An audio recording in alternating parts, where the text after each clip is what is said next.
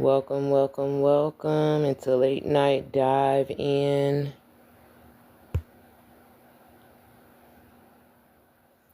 I've been listening to this book,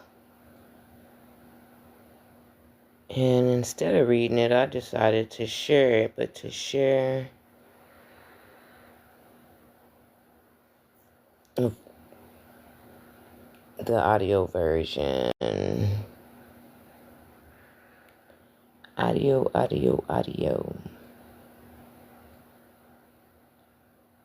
And this one is very, very deep. I had to put it on, make sure I do the after hours for this one, because it is full of horrificness. I'll just say that to say the least. And you also have to, even though this author is an indigenous author, you still have to decipher in between all the rhetoric, because there's a lot of slave talk, and a lot of stuff that I question. Maybe he just didn't have the information at the time, or whatever the case. We know that that slavery did occur in some places, but it wasn't on the scale of what we were told.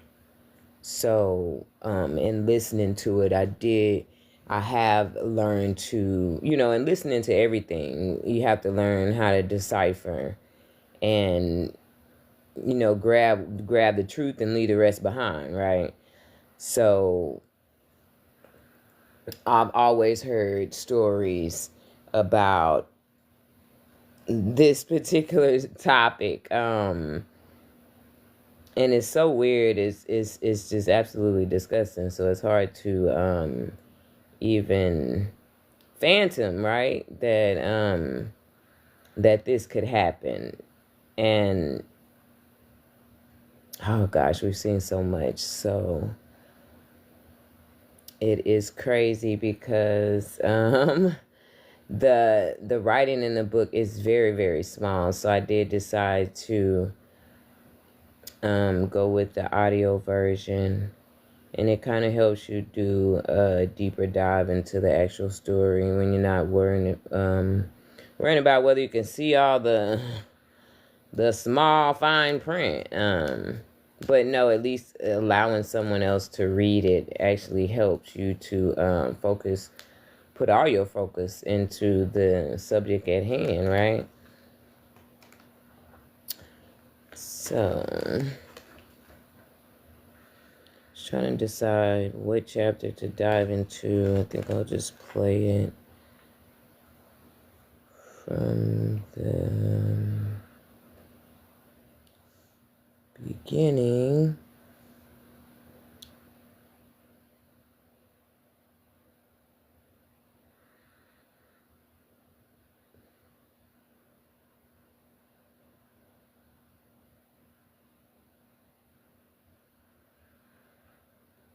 It's weird how it's broke down into hours and hours. It's like 8 different videos. Like, this book is a very in-depth book.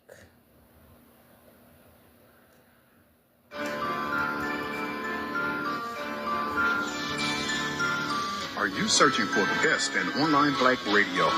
Then go to blacktalkradionetwork.com. Gonna have some commercials in here. Real talk, black talk. We'll get through the this is a podcast commercial. Sounds like the internet is full of half-truths and all-out lies. We've all seen them, and many people on social media complaining about it. Here's your chance to show and prove. WorldAfropedia.com is a Black-owned and operated encyclopedia. There are several thousand articles, but we need help. We can't uncover all the truth. we're gonna get outside of the commercials and let it play. How you doing, X-Man? How are you, Rodney? Every little bit counts. We owe it to the future generations to put the truth out there. Visit How y'all doing tonight? We're about to dive into this book, which is very, very deep of African knowledge and detailed. global African wisdom and understanding. As soon as they finish with these crazy commercials.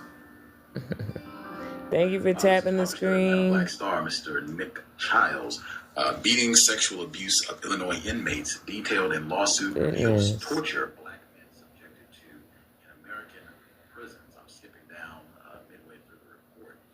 That as an example of the torture, the black inmates had to endure a strip search in front of female officers, touch their genitals, and spread their buttocks, and then use the same hand to open their mouths.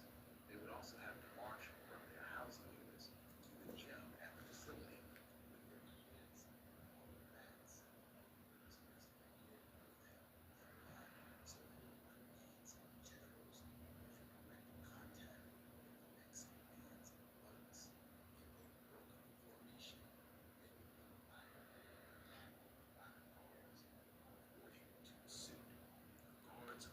This nuts to butts. Now this is ridiculous.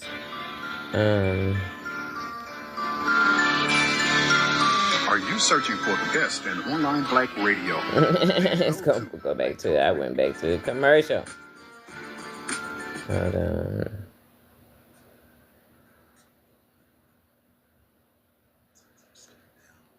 Midway through the report, that as an example of the torture, the black inmates had to endure a strip search in front of female officers, touch their genitals, and spread their buttocks, and then use the same hand to open their mouths. They would also have to march from their housing units to the gym at the facility with their heads on the backs of the prisoners ahead of them. I don't know if he started reading or if he's into another commercial. It don't sound like the book. A simple study that was talking about the rates of rape between men and women being the same gets that because she includes the prison population, and that's of course dominated, even the juvenile population, dominated by young black and brown boys. So you have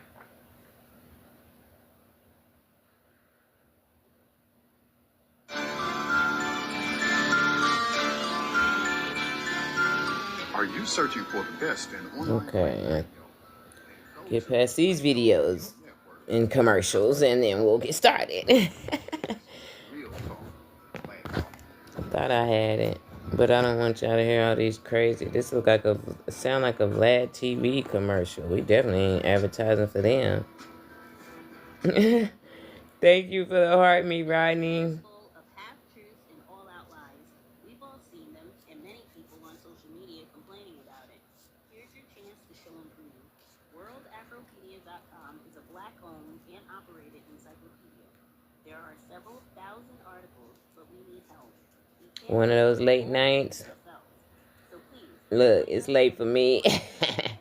It's only 10:30. It's not even 10:30 yet. But it's still late. I think it was like really, really dark at 7 o'clock. That's why I'm a sun baby, because this wintertime be stoking me like, where is the sun? Hello. ultimate expression of white supremacy and the white supremacist mentality. This for entertainment purposes only. TikTok. Put it in the form of one person that I would name, and that's something I very seldom do. Actually, educational it purposes. would be Jeffrey Dahmer. He's the ultimate expression of white supremacy. This is the Jeffrey Dahmer experience. Working in a chocolate factory, the whole 9 yards. Is what this book is about. And storing black males' bodies in canisters of lye and alcohol and whatnot. Got them in the refrigerator. And cannibalism and all of that. It might not be safe if it's a pot of water boiling and you're in the wrong community. even when questioned by the law enforcement officers. Very calm. Hannibal Lecter, you know. The ultimate.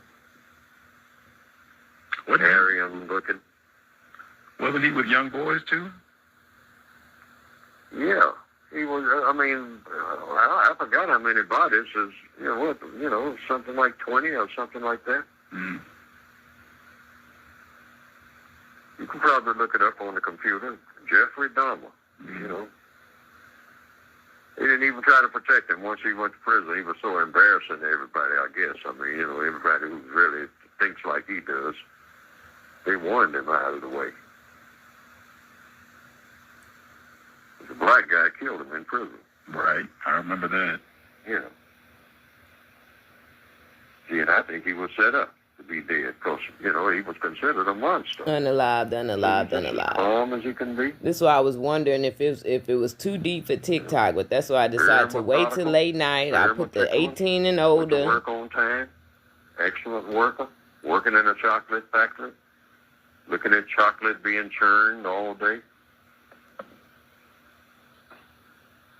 And out there trying to churn chocolate at night. Mm. The ultimate expression. Roman Empire.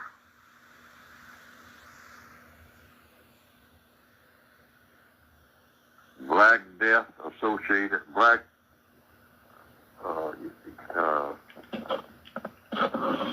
anti-sex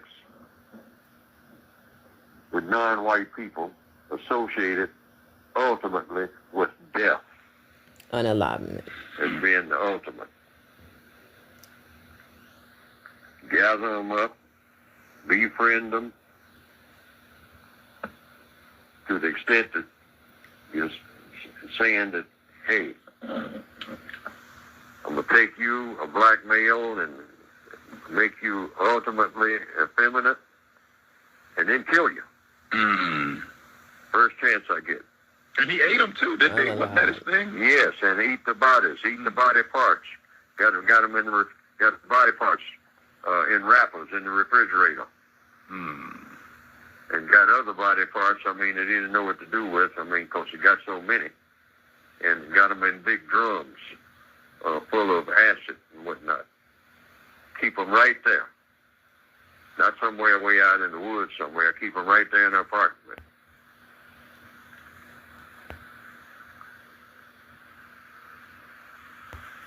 Mm. And then go out and gather up some more. I mean, bringing them in one at a time.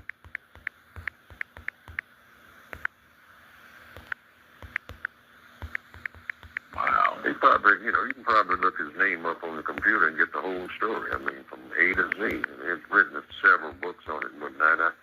I had newspapers and on it and all like that. But that's my statement, that he's the ultimate expression of that type of mentality. Not Adolf Hitler, Jeffrey Dahmer. Wow. Right. Mm-hmm. Wow. Because this is what ultimately this white supremacy at its greatest is that. Particularly aiming at the black male. Effeminize the black male and then take him and kill him after that. I mean, there's not enough just to make him into a thing, but then methodically and with an expression of affection. Kill him. Expression of affection, because we're so amazing. The black males he was picking up were very trusting. It's weird that oh goodness, it's weird that people can't just steal your inventions and try to take your identity. They want to chop you and season you. Only animals, right? Only animals. Okay, hold on just a minute. I think I got into a prelim interview because he's not reading yet. He's talking about Jeffrey Dahmer, and he's comparing, these different chaotic people, with these chaotic mindsets, right? And I read something about Nat Turner as well, that same thing happened to him after he, crossed over. But I'm trying to see how did I get out of maybe raped by white men and white women, that this becomes an aspect of racialized violence. And Gus, I'll tell you that it is incredibly hard to talk about this it's aspect funny. of anti-blackness. It's like way beyond racism or the minute envy. you talk about it, it implicates white men and white women in a way that is offensive to disciplines itself. It's more like, people who admire you, but on a level of disgust. Like seasoning and sitting down and, that is just diabolical, right? How are you, Love I Am? Divine Honors. And the story you read is a perfect example of that. And this Divine Honors. Cleaver understood it that, look, if you put black men in a position where they're going to be dominated, they're dominated not because of their race, but because of their sex. It is white men's homoerotic fantasies. It's their attempt to overcome the savageness of the black male body that attracts them to them. And the thing about it, we accept this on a heteronormative basis. Right? We laugh at the idea that black athletes have white cheerleaders. We laugh at the idea that rich black men get white women. So we accept the same kind of eroticism or exoticism when we talk about white women's attractiveness to black men. But thank you for tapping the screen, X-Men. Eroticism or homosexuality have anything to do with racism. When you talk thank you for the populars, Rodney. Has to black male body. And this is why things like that. I appreciate the heart me, Love I Am. Report about prison rape in the United States. I'm good. Victimization by giving the false. I'm doing good. And false convictions, but nobody. Thank you for the follow. It's sad because this is really us cutting down history. How do you say your name? Lenses, and that gets passed down into society because we're not educating children about slavery, including the rape of. How are you? Be cool. Be tripping. Students about slavery, including the sexualization of black male bodies. It's part of the reason for castration during lynching. We simply hold on to these mythologies that are based. So this is what I was saying earlier. Take the truth and leave the rest, because some of it is. Even though the writer of this book is indigenous. Context of white supremacy. He don't know what we know. I'll just say that. Another broadcast, hopefully to share constructive information on the system of white supremacy. Today's date, Friday, January 27th, 2017. So I have been told. The audio segment at the beginning of the clip, the great Dr. Tommy Curry, he's been a guest on the program multiple times over the years. We had to start our debut study session on the delectable Negro human consumption. And so this is a study session. Within U.S. That's why they're talking about a few different culture. things. We had to begin the debut session with Dr. Tommy Curry because he's the person who mentioned this book to begin with. It's been some years now, but he first mentioned it back on the cows a few years back, and then he's referenced it a few other times in subsequent visits. I think I even read a passage from the book and allowed him to respond to it on one of his visits to the program. But even though he didn't say the book's title in that segment, what you heard gets right to the core of a lot of the main points that we're going to hear about in the Delectable Negro. Really excited to get started on the book. This was tied for top votes with Gwen Eiffel. The breakthrough. Thank you for sharing the live. I appreciate you, Love I Am. More enjoyable read. Mr. Woodard as a black male. Without further ado, we will get started. Context of white supremacy. The Delectable Negro, human consumption and homoeroticism within U.S. slave culture. This is audio segment number 1. One of our listeners doing the honors of narrating the text. Introduction. Master eated me when I was meat. Safe space. In the summer of 2007, I visited Somerset Place in Creswell, North Carolina. At one point, Somerset Place, a historical restored plantation, was the most successful plantation in North Carolina, and its owner Josiah Collins III, one of the largest slaveholders in the state. It is now a state historic site sitting over 100 acres of lush forest and wetland. My party Thank you, and I love. I arrived early am. one Saturday morning, parked near the overseer's quarters, and walked the red cobblestone road down the center of the plantation, past the stocks, past the smokehouse, past the outside cooking facilities, to the gift shop where the tour begins. My travel companions browsed the bookstore while I sat in the adjoined seating area, taking in the genealogy of enslaved persons who had formerly lived on the plantation. Someone had conveniently mounted photographs and biographies of these persons on the walls. There was Darius Bennett, a Somerset field hand who had heard the cannon signaling the Civil War. There was Betsy Spurrell Bennett, a Somerset field hand who had heard the cannon signaling the Civil War. There was Betsy Spurrell Riddick, seated with hands folded before a wooden shack. There was made our way into the seating area where our tour guide finally came in and stood before us.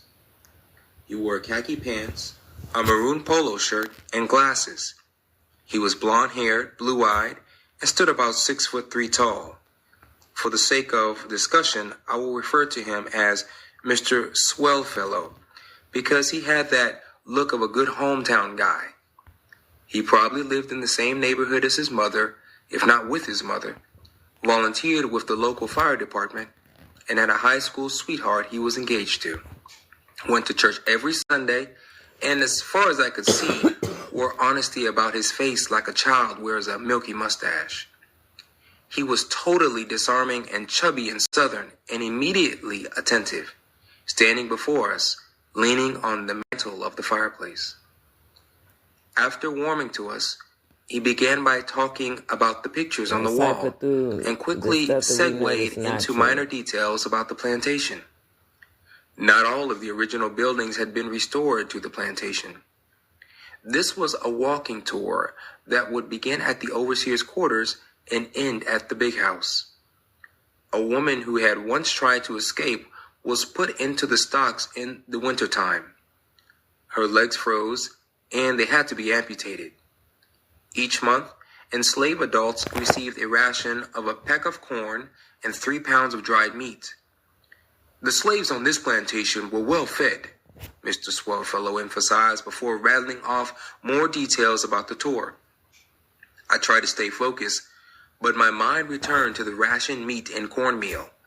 The fact that hard field labor would have depleted such rations in a week, and the image of happy, well-fed darkies ever so casually introduced into Mr. Swellfellow's presentation.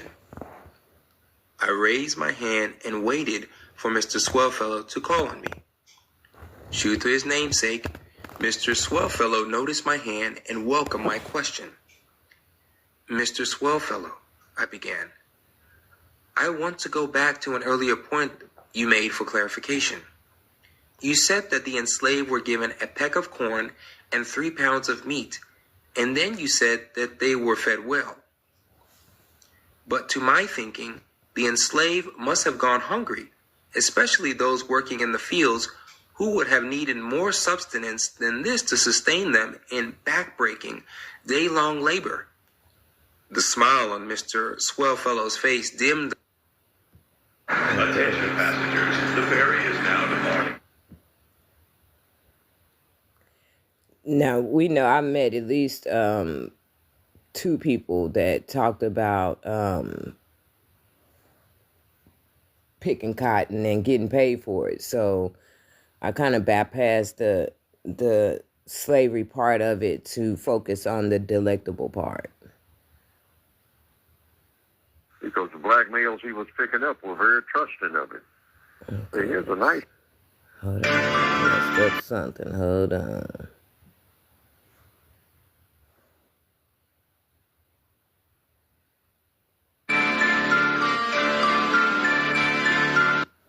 Oh man, how did I do that?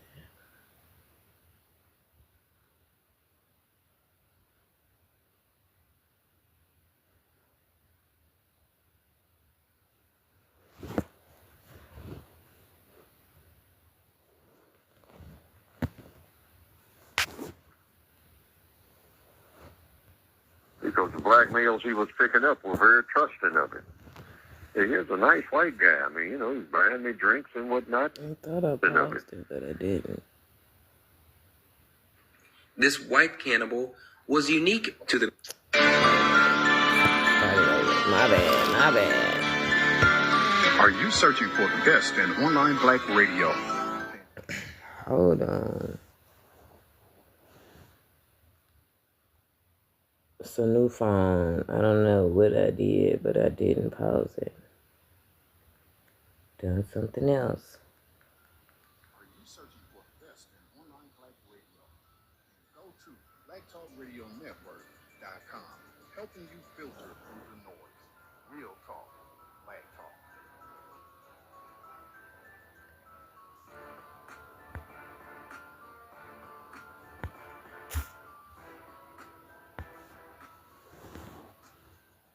The internet is full of half-truths and all-out lies.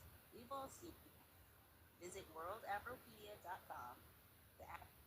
By the guards according. And, false convictions, but nobody wants to talk about it. For top votes with Gwen Eiffel, The Breakthrough, and now that we finished that up, I think this is going to be a much more enjoyable read. Mr. Woodard is a black male. Without further ado, we will get started. Context of white supremacy, the delectable Negro, human consumption, and homoeroticism. Okay, I ain't touching within nothing US slave culture. This is audio segment number 1. One of our listeners doing the honors of narrating the text. Introduction. Master eated me when I was meat. In the summer of 2007, I visited Somerset Place in Creswell, North Carolina. At one point, Somerset Place, a historical restored plantation, was the most successful plantation in North Carolina, and its owner, Josiah Collins III, one of the largest slaveholders in the state. It is now a state historic site sitting over 100 acres of lush forest and wetland. My party and I arrived early one Saturday morning, parked near the overseer's quarters, and walked the red cobblestone road down the center of the plantation, past the stocks, past the smokehouse, past the outside cooking facilities, to the gift shop where the tour begins. My travel companions browsed the bookstore while I sat in the adjoined seating area, taking in the genealogy of enslaved persons who had formerly lived on the plantation. Someone had conveniently mounted photographs and biographies of these persons on the walls. There was Darius Bennett, a Somerset field hand who had heard the cannon signaling the Civil War. There was Betsy Spurrell Riddick, seated with hands folded before a wooden shack. Thank you, Universal Star There was Seed. even a makeshift family tree dating back to the Gratitude. first enslaved Africans to arrive on Somerset Plantation. After a while, all of us there for the morning tour made our way into the seating area where our tour guide finally came in and stood before us. He wore khaki pants, a maroon polo shirt, and glasses. He was blonde-haired, blue-eyed, and stood about 6'3" tall. For the sake of discussion, I will refer to him as Mr. Swellfellow, because he had that look of a good hometown guy. He probably lived in the same neighborhood as his mother, if not with his mother, volunteered with the local fire department, and had a high school sweetheart he was engaged to. Went to church every Sunday, and as far as I could see, wore honesty about his face like a child wears a milky mustache. He was totally disarming and chubby and southern, and immediately attentive, standing before us, leaning on the mantle of the fireplace. After warming to us, he began by talking about the pictures on the wall, and quickly segued into minor details about the plantation. Not all of the original buildings had been restored to the plantation. This was a walking tour that would begin at the overseer's quarters and end at the big house. A woman who had once tried to escape was put into the stocks in the wintertime. Her legs froze, and they had to be amputated. Each month, enslaved adults received a ration of a peck of corn and 3 pounds of dried meat. The slaves on this plantation were well fed, Mr. Swellfellow emphasized before rattling off more details about the tour. I tried to stay focused, but my mind returned to the rationed meat and cornmeal. The fact that hard field labor would have depleted such rations in a week, and the image of happy, well-fed darkies ever so casually introduced into Mr. Swellfellow's presentation. I raised my hand and waited for Mr. Swellfellow to call on me. True to his namesake, Mr. Swellfellow noticed my hand and welcomed my question. Mr. Swellfellow, I began, I want to go back to an earlier point you made for clarification. You said that the enslaved were given a peck of corn and 3 pounds of meat, and then you said that they were fed well. But to my thinking, the enslaved must have gone hungry, especially those working in the fields who would have needed more substance than this to sustain them in backbreaking, day-long labor. The smile on Mr. Swellfellow's face dimmed a little, even as he formulated an entirely hopeful response. The slaves were fed well, he insisted. It was not in the economic interest of the master to starve them, and besides, the Collinses were kind and had benevolent rations with their slaves. I raised my hand and waited for Mr. Swellfellow to call on me. True to his namesake, Mr. Swellfellow noticed my hand and welcomed my question. Mr. Swellfellow, I began, I want to go back to an earlier point you made for clarification. You said that the enslaved were given a peck of corn and 3 pounds of meat, and then you said that they were well fed. But to my thinking, the enslaved must have gone hungry, especially those working in the fields who would have needed more substance than this to sustain them in back-breaking, day-long labor. The smile on Mr. Swellfellow's face dimmed a little even as he formulated an entirely hopeful response. The slaves were well fed, he insisted. It was not in the economic interest of the master to starve them, and besides, the Collinsons were kind and had benevolent relations with their slaves. They weren't the type to make their slaves go hungry. Actually, Mr. Swellfellow, I interrupted, it was in the economic interest of slave masters to starve their slaves. This fact is well documented in literature written by fugitive slaves. And on the subject of kindness, the so-called kindness of masters hardly ever, to my knowledge, interfered with their profit motive. What better way to profit than by giving your slaves minimal nourishment while you expect, in return for investment, maximum labor output?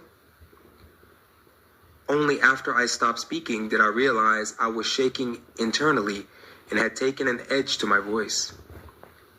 I become aware of my African-American travel companion sitting across the room and the few other Okay, we're gonna get to the import of slavery. Look, I'm trying to get to the with an air to the of meat, cause he sexual charge to them.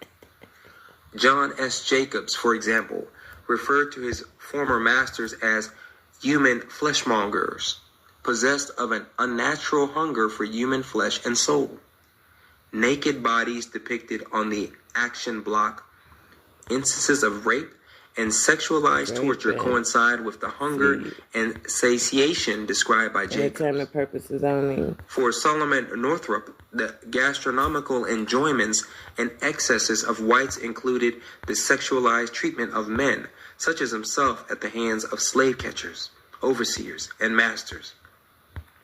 Harriet Jacobs recorded in Incidents in the Life of a Slave Girl, written by herself, how white mistresses acted out hungers for and erotic desires for black women in intimate spaces on the plantation.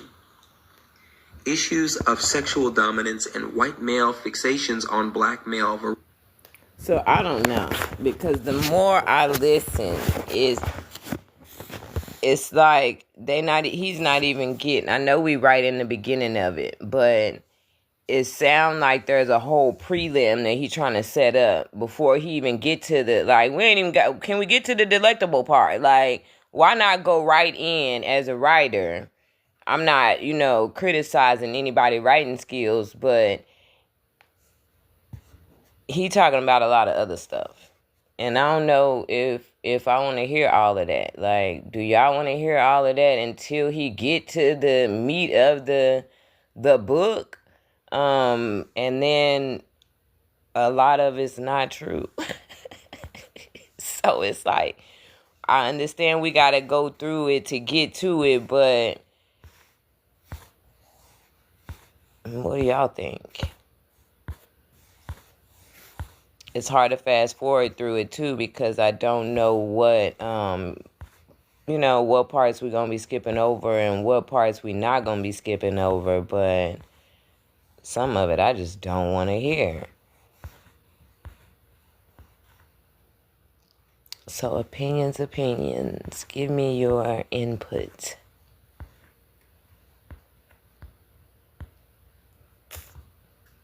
And it's real, like, detailed. Like, I don't know, TikTok wise, like, I ain't trying to get my little page.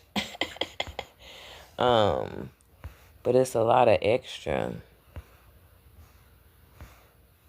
I'm trying to skip through it, but it seems a lot more gory than I thought.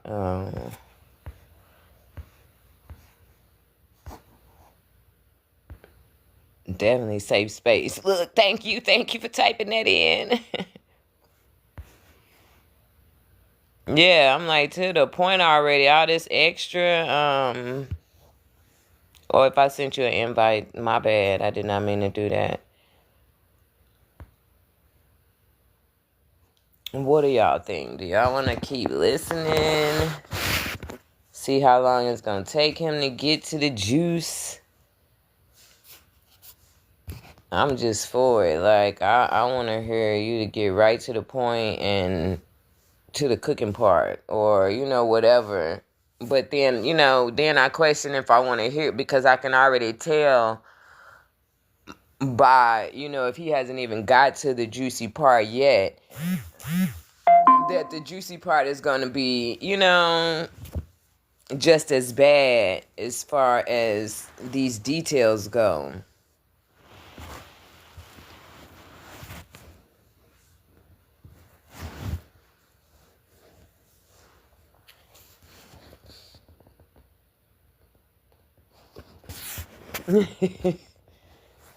To flow along with something else, or wait?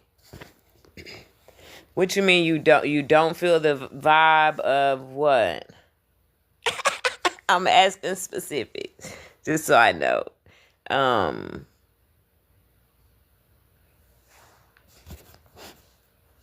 You don't feel a bad vibe? Is that what you're saying, Rodney?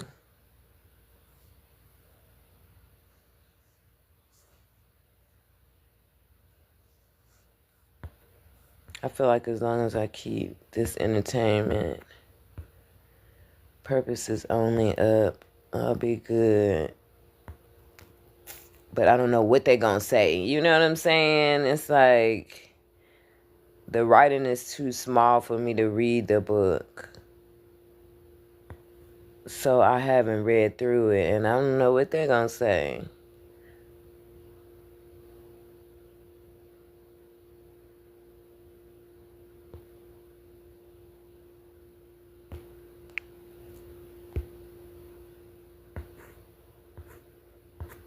But we can keep it flowing.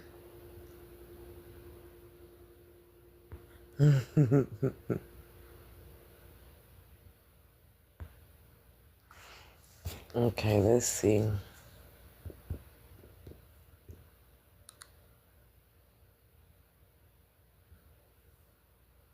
Virility informed the consumption of Nat Turner. Acknowledging how scholars of U.S. and transatlantic slavery have largely ignored and So we're gonna go back a little. me a state of personal and intellectual reflection. Was the nation, not to mention the state of North Carolina, ready for an open and inquiring discussion into the topics of hunger and human consumption on the plantation? Was I ready to and capable of serving as mediator of this discussion, which clearly had a life beyond the book pages I had labored to fill over the years? In the 19th century, none but the most radical abolitionists believed the enslaved person's claims about consuming masters and their descriptions of a culture of human consumption pervading plantation life. Over a century later, not much has changed.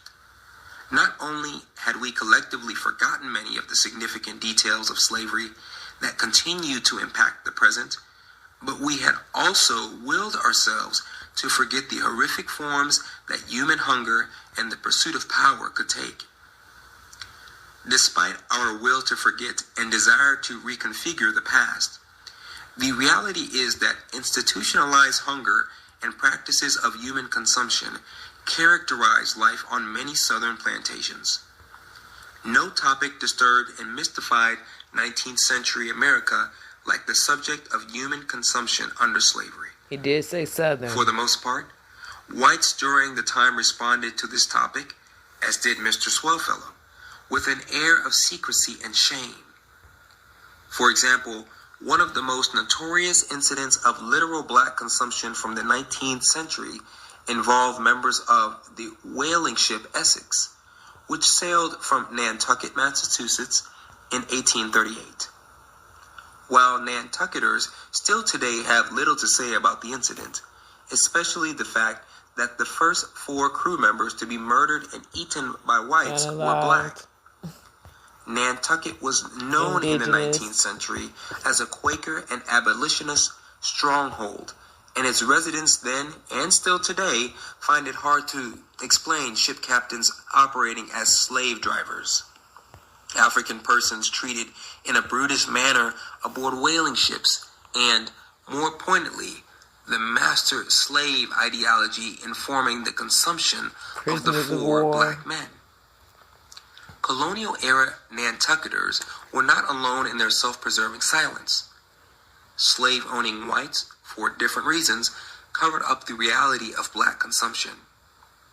Take, for example, the circumstances surrounding the consumption of Nat Turner, the black insurrectionist.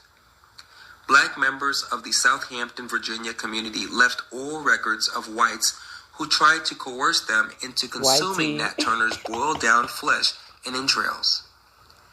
Black persons also implied that 19th century whites might have consumed the revolutionary as a medicinal substance. Whites from the time period dismissed such ideas as folk belief, arising from the backward and infantile culture of older darkies. To add to this, scholars of Turner's experience have, on the whole, denied, infantilized, or dismissed the observations of black persons. These scholars, it seems, are not aware of those aspects of U.S. plantation culture that were based in parasiticism and a dynamic of human consumption. In Slavery and Social Death, a comparative study, Orlando Patterson describes slavery as a parasitic institution that white masters strove to conceal in ideology and act. According to Patterson, the slaveholder, in order to maintain an image of himself as civilized and free of parasitic appetites, camouflage his dependence, his parasiticism, by various ideological strategies. Paradoxically, he defined the slave as dependent. This is consistent with the human technique of camouflaging a relation by defining it as the opposite of what it really is. Parasite is the perfect concept for my purposes, as it implies a range of consumptive acts, some resulting in immediate death, but most involving the passage of time and the incremental feeding upon the human host. Most of my examples of consumption on and off the plantation range from the literal murder and eating of black persons to what we might think of as metaphoric acts. I refer to these metaphoric acts, which encompass starving, flesh-seasoning rituals, and sexual modes of consumption, variously as consumption, human consumption, metaphoric consumption, instances of social consumption, and even cannibalism. I will explain the historical and contemporary significance of such terms as cannibal later in the introduction. But I wanted to acknowledge here that I do use a range of terms to describe instances of consumption. My cluster of terms challenges the layers of stereotype and imprecise language that have historically characterized the topic of the consumption of slaves. As a common strategy, masters often hid their appetites and hungers in stereotypes and ideologies that attributed these characteristics to the slaves. Patterson describes a reality wherein the master deflected his appetites and hungers onto myths of the chattel slave as dependent, childlike, and somehow ennobled by the master's consumptive needs. In dismissing the bonded person's accusations of consumption as infantile rants, which I point out using Turner's example, scholars have reinforced the slave-owning, ruling class mentality and have helped to maintain a general code of silence regarding the master's appetites and sycophantic needs. This pattern of silencing has resulted in the dismissal of the reality of those enslaved persons who frequently describe slavery as an outgrowth of the master's homoerotic and consumptive appetites. Within U.S. slavery, black men and women consistently describe incidents of human consumption that occurred on literal, metaphoric, and institutional levels of social interaction. Gratitude for the These incidents often had a homoerotic or sexual charge to them. John S. Jacobs, for example, referred to his former masters as human fleshmongers, possessed of an unnatural hunger for human flesh and soul. Naked bodies depicted on the action block, instances of rape and sexualized torture coincide with the hunger and satiation described by Jacobs. For Solomon Northrop, the gastronomical enjoyments and excesses of whites included the sexualized treatment of men, such as himself, at the hands of slave catchers, overseers, and masters. Harriet Jacobs recorded in Incidents in the Life of a Slave Girl, written by herself, how white mistresses acted out hungers for and erotic desires for black women in intimate spaces on the plantation. Issues of sexual dominance and white male fixations on black male virility informed the consumption of Nat Turner. Acknowledging how scholars of U.S. and transatlantic slavery have largely ignored and dismissed accusations of the cannibalizing of black Americans, I take the enslaved person's claim of human consumption seriously, and I attempt throughout this project to draw attention to how blacks experience their consumption as fundamentally erotic and, more specifically, homoerotic occurrence. Given the taboo nature of homoeroticism in the 19th century, black people rarely wrote about same-sex experiences or encounters with whites.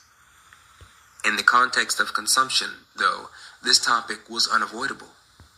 For blacks could not identify, name, in language and concept, negotiate, or resist the culture of human consumption they saw pervading plantation life without unearthing the erotic implications of their consumption and, even more, constructing a sexual politics that included homoeroticism.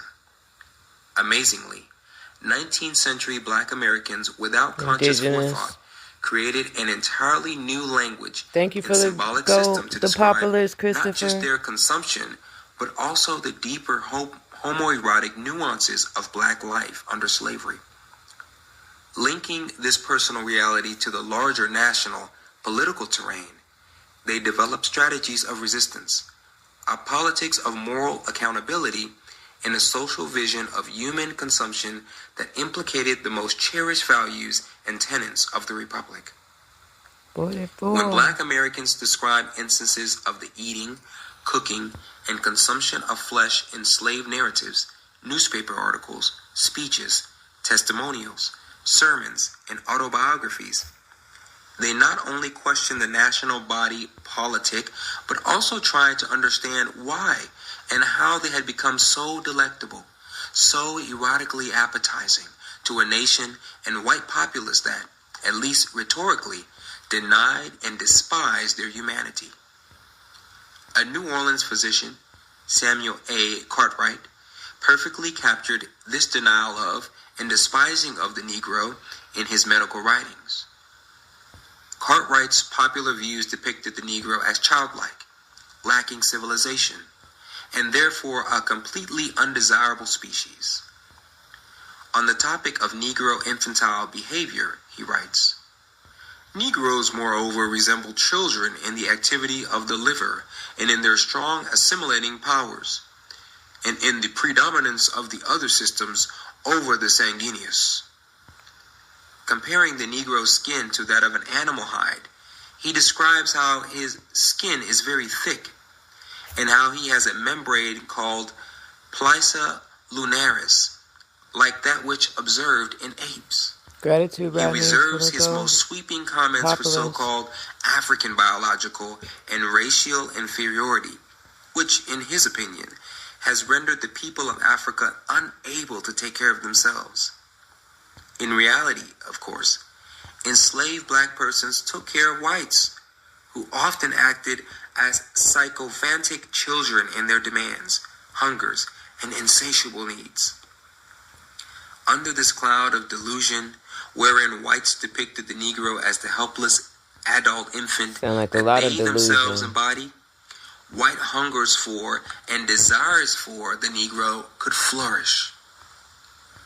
On the level of acquired taste for the Negro, Cartwright's pseudo-medical science portrays how myths of the Negro child, of the eroticized and animal-like African, stoked white appetites, and made the Negro into a delectable, desirous object. Such references to black people as animal-like, infantile, and disfigured proliferate in pro-slavery rhetoric. They are so common that we do not naturally think of them as indexes of desire, of white people's fixations upon and obsessions with black bodies and sex. Even more, we are not in the habit of reading homoeroticism into comments made by persons such as Cartwright. Within the culture of consumption, there existed numerous examples of homoerotic affection between black and white men, sexualized violence, and incest bonds, among other phenomena. Yet such affections were often veiled or hidden within rhetorics of objectification and abjection. For white men, sex with and sexual attraction to black men was a natural byproduct of their physical, emotional, and spiritual hunger for the same. That explains how the Hollywood For black men, on the other hand, homoeroticism was a means of resisting, accommodating, and transforming the discourse of black consumption. For example, in the process of speaking about their sexual consumption, black men crossed gender boundaries, adopted the genders and identities of black and white women, and imagined themselves giving birth to new archetypes of the nation. Within black nationalist movements dating from slavery to the 1960s, black men linked effeminacy and homosexuality with the white desire to culturally and spiritually consume black men. Even black women in the late 20th century linked their discussions of mother hunger and self-consumption during slavery with violent acts of homoeroticism, references to male rape and oral violation. Great. While the culture of U.S. consumption frames my narrative, this is a book as much about homoeroticism as it is about flesh consumption. Though multiple desires, African American men and women successfully resisted their consumption and constructed a racial politics based on the hunger and desire to recover self and collective. Transatlantic origins of black consumption. The origins of the U.S. culture of consumption trace back to the first contact between colonizers and coastal Africans. By the early 20th century, Even Europeans admitted to and documented a connection between European global expansion and a sexual libidinal appetite for African flesh. A cartoon published in the Indigenous. French journal Le Rire in 1911 Or demonstrates they might like how that other European too. hungers for conquest They might like sometimes both. coincided with a homosexual hunger for African flesh. In the foreground of the cartoon, a porter, soldier, and general gather around a Bakongo man stabbed into a skewer.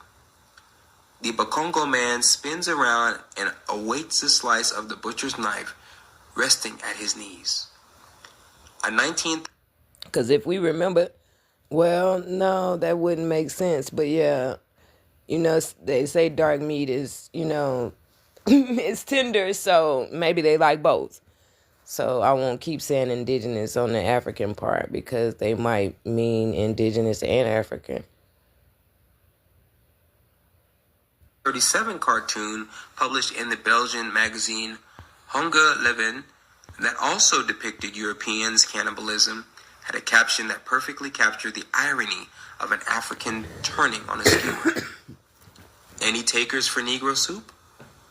Such cartoons depict a different species of cannibal and an altogether different master narrative of cannibalism informing European expansion into Africa. The word Congo is tattooed on the African man's loincloth, establishing a connection between the carving up of Africa by numerous European nations and the carving up of the African male body. The homoerotic bonds shared among the white men gathered around the African man highlight the promise of Negro soup, with the Bakongo, Congo man serving as a symbol of their common purpose and desire. The African body is spread-eagled before this tableau of male bonding. The general and his captain of arms, who turns a skewer, look across the black man's body into one another's eyes. The other men, bent over the half-naked body, appear to be captivated by their vulnerable prey, turning delectably on the skewer. One soldier has his hand on his hips. The other has his palms pressed together and tucked tightly into his groin. The knife in the general's hand resembles a phallus, thick on the bottom and narrower at the tip. With his phallus in one hand, the general squats between the African man's legs, holding his calves apart. The Bakongo man is positioned in a manner that provides for easy anal access, the missionary position. Oh, I don't... Wait, hold on. Wait. Are we still talking about the same thing, or is they going back and forth? I know he said he got a knife too, or a cutter thing, entertainment purposes only. It's getting kind of wild. Ugh. Even though I have it on 18 or older, I don't, oh my gosh. Look, that's why I keep putting that in the chat, because I don't know.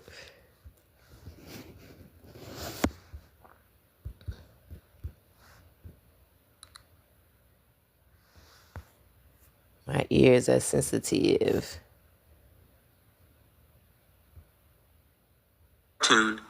Sexual erotic tastes are indistinguishable from the palate. The knife and the phallus are interchangeable for entertainment signifiers. Purposes only.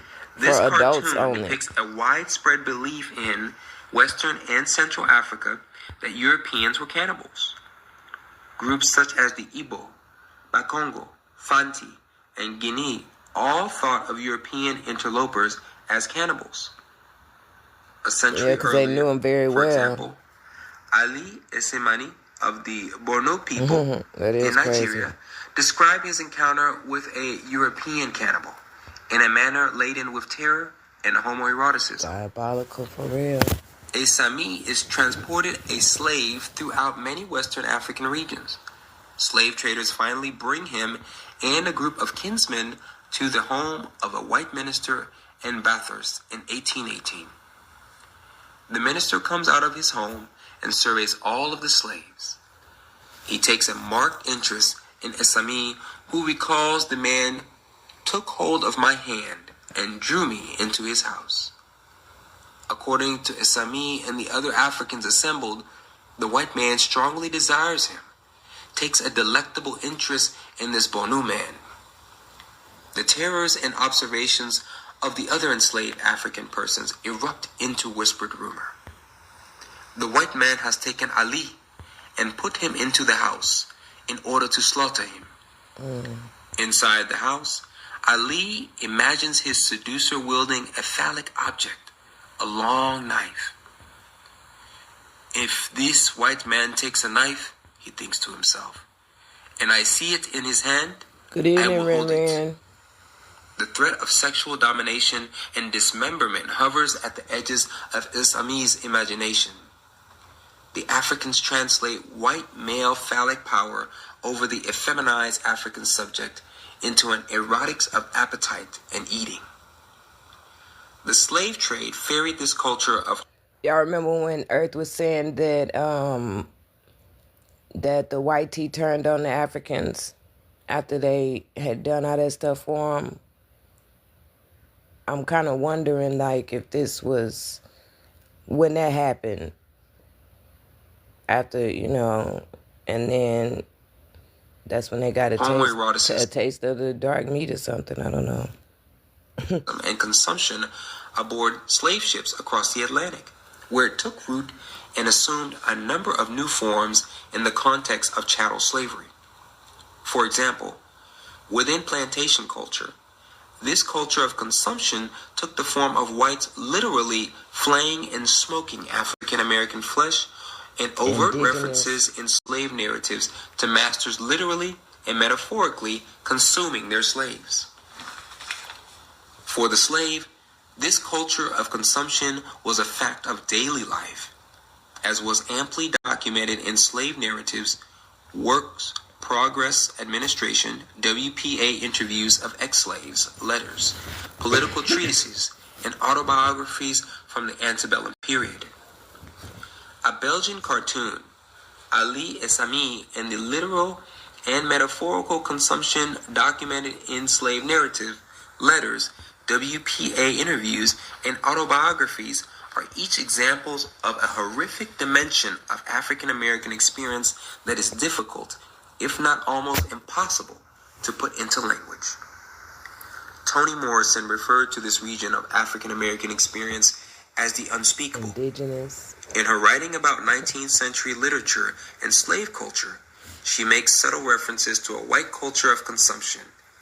In an example from Playing in the Dark, Whiteness and the Literary Imagination, Morrison describes whites, and in particular a white slave mistress, as gathering identity unto herself from the wholly available and serviceable lives of Africanist others. Morrison describes a social and emotional form of cannibalism, or parasiticism, taking place in the context of plantation culture. This subject of cannibalism so disturbed the white educated female audience of Harriet Jacobs' slave narrative that she moved all references to flesh cooking, flesh carving, and eating in her slave narrative to one chapter that readers could conveniently skip. Many morally conscious whites registered the disturbing implications of cannibalism and sought to address its national implications. For example, in Herman Melville's Moby Dick, or The Whale, which the author based upon incidents of consumption of black males at sea, Ishmael draws a parallel between his cannibal shipmate and George Washington, the first president of the United States. Queequeg, says Ishmael about his companion, was George Washington's cannibalistically developed. It is possible that our beloved slave-owning first president and founding father, George Washington, embodied cannibalistic hungers? This question, posed to a fictional character, struck at the heart of American founding mythologies, national issues of hunger and taste, genteel posturing, and ideas of a pure white paternity. For African Americans, this question was much more personal and poignant. Most slave narratives Most contain definitely. overt or covert references to flesh eating. Wickedness In his at an narrative all-time of the high. life of Frederick Douglass, an American slave, Frederick Douglass described the entire institution of slavery as a towering cannibal being. There stood slavery, glaring frightfully upon us, its robes already crimson with the blood of millions, and even now feasting itself greedily upon our own flesh. Most of what Douglass knew and felt, though, about his institutionalized cannibalism remains unspeakable and undocumented. I wish, he says, I wish I could commit to paper the feelings with which I beheld it. In part, the subject of cannibalism has been unspeakable for black men because of the homoerotic implications of such experiences. Kara Walker, commenting upon European and white cannibalism, has observed that there is a little bit of masochism, so much love and hate involved in eating something, to kill something and eat it. It's very sexual, very sensual. The consumption of black flesh often took place in the context of incestuous plantation dynamics. A master would often choose a favorite male slave as the object of his cultivated delight.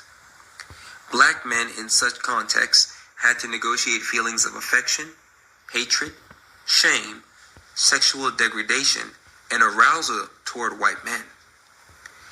Cannibalism was unspeakable, but cannibalism coupled with the subject of homoeroticism went against conventional ideas of black men as stoic, as embodiments of the valiant struggle of will and mind over body, as agents of reason and political strategy. To speak about the feelings associated with his own flesh consumption would have aligned Douglass too deeply with the unspeakable knowledge of the body as sexual and sensual object, potentially undermining the literary and literate authority we have come to associate with his masculinity. Long before the poignant questions of the color line and the Negro problem registered in the black imagination, it seems that a more pressing problematic confronted the black citizen. In the form of a question, it might have been registered as, how does it feel to be an edible, consumed object? In other words, how does it feel to be an energy source and foodstuff, to be consumed on the levels of body, sex, psyche, and soul? Answers to such questions had personal and national implications, as the personal plight of the Negro formed part of a larger homoerotic master narrative of colonial conquest and male desire. For the Negro as well as the white person, such questions necessitated a reconsideration of basic American values, such as gentility and social etiquette, colonial drive and hunger, and cherished racial categorizations. Linking homoeroticism to cannibalism. My study emphasizes homoeroticism over homosexuality. By definition, homoeroticism implies same-sex arousal and draws attention to those political, social, and libidinal forces that shape desire and, ultimately, the homosexual act. The homosexual components of the feasting, partaking of the boiling pot of Negro soup, are less important to me than the radical assumptions, political aspirations, gender codes, philosophical frameworks, and cosmologies that dictated the feelings of arousal on the part of European and white Americans towards black males and hunger for black male flesh. For example, the larger discussion of Negro effeminacy, or the idea of the Negro as the lady of the races, shapes European male desire in the Belgian cartoon. It sets the stage for homosexual consumption and makes possible what Eve Sedgwick refers to as homosocial bonding. Sedgwick has written about Victorian-era homosocial desire as operating through triangulation, operating through its relation to women and the gender system as a whole. Her referent for gender is the female body. However, in the cartoons discussed above, The African man functions as the feminized figure. Through him, the general, the soldiers, the porters, and the field attendants bond and share in homoerotic desire. The final outcome of the Negro soup scene is a type of homosexual consumption. However, long before we get to the homosexual act, the machinery of homoeroticism clicks into play, shaping and dictating the meaning and significance of the homosexual act. David Halperin has cautioned against easy conflations of modern conceptions of sexual subjectivity with those that figured in the emotional lives of pre-modern subjects. His concerns reflect the general understanding within queer theory of homosexuality as a constructed historical phenomenon. Medical and physiological discourses at the turn of the 20th century normalize and pathologize the homosexual personality type. The word homosexual was, in turn, reclaimed by the same-sex identified activists, intellectuals, and cultural workers in the 1950s and 1960s. However, the word homosexual had no currency in the 18th and 19th centuries. Neither, for that matter, did the word homoeroticism. Taking to heart the importance and necessity of historical specificity, I do not attempt to homoeroticize Black experience in the 19th century. Safe space. That is, I do not attempt to graft an arbitrary language and sexual modality onto the time period.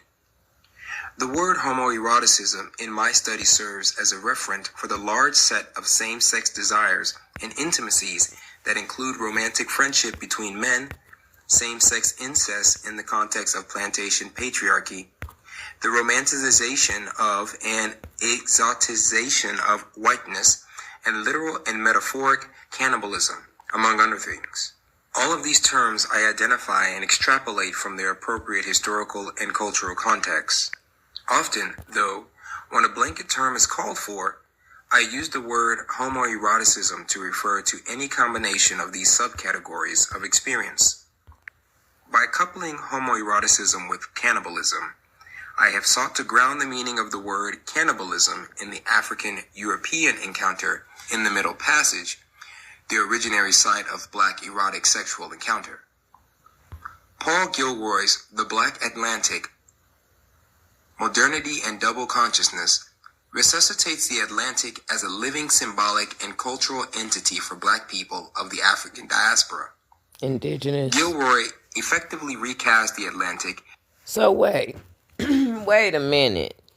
Did he go from Black to African American, back to Black, and he done threw African in there too? Good gosh. As a 20th century migratory structure through the image of ships, composed of triangular routes along with Black people in South Africa, England, and the Americas have varied philosophical, political, and musical materials. Like Gilroy, I also appeal to the African diaspora as a site of Black cultural formation and transmission. However, for me, the organizing metaphor is not the ship, but the captured bodies brought aboard slave ships and the ways those bodies, specifically male bodies. I'm a pause to say this again. That's why I said this in the beginning for those that didn't hear. You got to decipher through the mess to get through the truth, get to the truth. And you can tell that even though he's a man of color, he's not clear about exactly who he is because he don't have the, the verbiage correct. And he keeps going back and forth as far as who we are exactly. But he's talking about us because he's talking about people of color. Underwent a process of sexual and social cannibalization. Traditionally, historical considerations of cannibalism in the context of European exploration and occupation of foreign lands focus on European ideas of natives, American and African, as cannibals. Take the 1503 decree of Queen Isabella of Spain that dictated that no Indians under her dominion were to be hurt or captured. However, a certain people called cannibals might be fairly fought and, if captured, enslaved, as punishment for crimes committed against my subjects. This early distinction between Indians and cannibals would eventually give way to the thought that all Indians and Indian ways were heathen, or subject to cannibalistic practices. Oh my goodness. Similarly, Europeans, generally speaking, believe diverse African groups from one end of the continent to the other a cannibalistic race. 19th century Europeans and Americans promulgated. So to make that clear, he definitely has that clear that there's a difference between the Americans and, the indigenous Americans and the Africans, but he still has called us Black and African American. Just put that out there. Like, he was a little lost, but we're going to keep reading because it's still getting to the juice of what the topic of the book is, right? Promulgated the idea of the heathen African, which also implied cannibalism. Heathen African. Speaking of the Christian Reformation of the African cannibal, Reverend Henry Ward Beecher defined heathenism in 1850 as derived from idolatry, from fornication and incest, from infanticide and cannibalism. Today, a growing body of cannibalism scholarship has developed that spans the disciplines of literature, anthropology, history, philosophy, political economy, cultural studies, and post-colonial studies. In fact, cannibalism is said by many scholars to be one of the most important topics in cultural criticism today. Thank you for liking the live, Rodney. An exciting outcome of this emerging corpus of cannibalism scholarship is that it takes us beyond the Eurocentric master narrative of cannibalism into a complex arena that includes, for example, recent sophisticated work on African Maine and Azunde customs and practices of cannibalism. We now have a deeper understanding of the human sacrifice and consumption rituals of Aztec and other Mesoamerican people. We also now have studies that excavate and analyze European legacies of religious, medicinal, and survival cannibalism, and still other studies that locate the cannibalistic urge within the European Enlightenment itself. Medicinal and nutrition is diabolical. European and American state. The post-colonial branch of contemporary cannibalism studies has been most helpful to my work. This branch has, more than any other, undertaken to unearth and analyze the cannibalism discourses that arose from colonial contact between Europeans and Africans and Native Americans. As I emphasized earlier, Europeans were not the only ones who understood the colonial encounter in terms of cannibalism. On both sides of the Atlantic in Africa. Oh my goodness. Didn't he say Indians earlier? Now he said Native American. Like, okay, hold on. And the Americas, Black and African people in the 19th century documented this culture in slave and travel narratives, political philosophy, and treatises, newspaper articles and sermons, among other types of documentation. For example, the famous 1839 slave insurrection aboard the ship Amistad occurred because the Mende revolt leader, Segbe Pie, and those who followed him feared that Spanish slavers intended to eat them. As I have demonstrated, the African belief that Europeans were cannibals was not uncommon. Importantly, such beliefs represented the captured Africans' first articulations of an intersection. So the dude that's reading is not the writer. But I'm just speaking on the verbiage.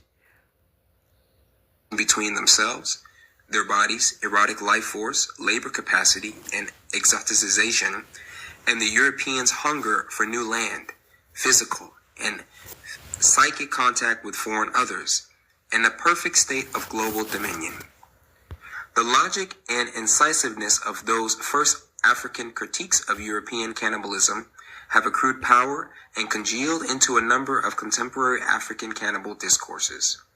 For example, in contemporary Sierra Leone, the land of those original Mende aboard the Amistad, cannibalism serves as a politically charged hidden transcript intended to expose, discredit, and disrupt the imbricated relations of power at work in Sierra Leone during the late 1980s, just prior to its descent into civil war. Today, in the context of post-colonial African political struggles, the language of inequality continues to revolve around the metaphors of eating and, by extension, cannibalistic consumption. The trope of cannibalism as a symbol for the economic exploitation, material accumulation, and violent coercion carried out by post-colonial elites has, in fact, come to dominate Africa political discourse. Because the examples of cannibalism that I use in the book range from figurative tropes to literal flesh-eating to rituals of flesh-taking and harvesting, I employ a cluster of terms that delineate the range of applications and cannibalism context that my study encompasses. The list includes the word consume, consumption, social consumption, appetite, taste, delectable, delectability, hunger, ingestion, and autocannibalism. I use the words cannibalism and consumption interchangeably. The phrase a culture of consumption might elsewhere appear as a cannibal culture. I frequently use consumption as a modifier, as in consumption rituals and consumption practices. I think that my preference for the word consumption has something to do with the word's rootedness in modern notions of market economies, commodities, consumer appetite, and so forth. While my usage is always particular and usually grounded in human-to-human exchanges, I always have in mind the affluent ruling class 18th and 19th century economies that make possible the consumption of the slave along with other traded commodities, such as liquor, spices, and foodstuffs from foreign lands. I use the words taste, appetite, and delectable mostly to refer to how the desire for the African slave or American black person had Epicurean implications. This desire was less about literal American consumption black person. and more about the cultivated taste the white person developed for the African. Whites often satiated this taste and appetite through acts of violence, sexual exploitation, imagined ingestion of the black, or through stage rituals designed to incrementally harvest black spirit and soul. The delectability of the black person was of course a factor in literal flesh consumption. But my main point, which I explain at length in chapter 1, is that literal cannibalism always occurred within cultural, ideological contexts. The cultural context to which I frequently refer, the plantation, the slave ship, the general schooner, the African coastal town, were highly eroticized situations and locales. The words delectable, taste, and appetite bring together homoeroticism in these contexts with overlapping occurrences of consumption. My use of the word hunger relates to the idea of autocannibalism. Autocannibalism, or self-consumption, involves people consuming themselves voluntarily or through external coercion. In many instances, the cultivation of literal and emotional hunger in the slave produced the opposite effect. The hunger for familial connection, for self and safety, and the ability to resist literal and spiritual consumption led to just that, resistance and self-reclamation in the slave. In the second part of the book, chapters 5 and 6, this idea of hunger takes prominence, as I delineate the numerous ways the slave resisted cannibalism and struggled mightily against the institutionalized urge for self-consumption. The emphasis upon the economic and metastructural in contemporary cannibalism discourse, especially within the post-colonial branch, has tended to obscure the underlying erotic implications of cannibalism between Europeans and Africans. This body of belief in political philosophy tends to evade or stop short of addressing issues of sexuality, sexual power, desire, and same-sex eroticism. I foreground same-sex eroticism because it brings the focus to issues of desire, power, and gender formation, and helps me establish cannibalism as an originary framework for the emergence of homoeroticism out of the transatlantic slave trade and plantation culture. At the juncture where homoeroticism and cannibalism intersected, a new type of cannibalism system, beliefs and practices emerged. On the continent of Africa, encounters with white Christian minister cannibals expanded traditional Western and Central African cannibal beliefs to include the church, mercantilism, and European imperialism as institutionalized venues of cannibalism and resource consumption. In the U.S. South, the complexity and newness of the cannibal system registered in legal and religious discussion about Christian cannibalism, and an existent cannibal jurisdiction within Southern legislative and geographic territories. Context of white supremacy. Gus T. Renegade in for another broadcast, hopefully to share constructive information on the system of white supremacy. We just heard the first audio segment. Vincent Woodard, very dark the ways. delectable Negro, again, hat tip. Much gratitude for Dr. Tommy J. Curry. He's been a guest on the program numerous times. He is the person who first mentioned Delectable Negro and encouraged us to check it out. He's mentioned a myriad of books. We've had a lot of different guests of authors that he's recommended over the years, but this, wow. Wow. Right on for Dr. Curry. Okay. Number to dial, 641-715-640. The code is 564-9. They're on the podcast. We ain't dialing the number. Press star 6 if you would like to participate. No thanks, no. Just keep reading. No, I'm playing. I know dude needs some water and a break. It's a deep read. And a lot to take in. The code is 564. It's like every time you read it, you gain a little bit more insight on the subject, and it's mad. Like to participate. It's like you thought you was dealing with something, and that's why we keep hearing it's not racism. It's not racism. Radio Network. Like it's a weird kind of the address tiny infatuation. .cc. That's what it is.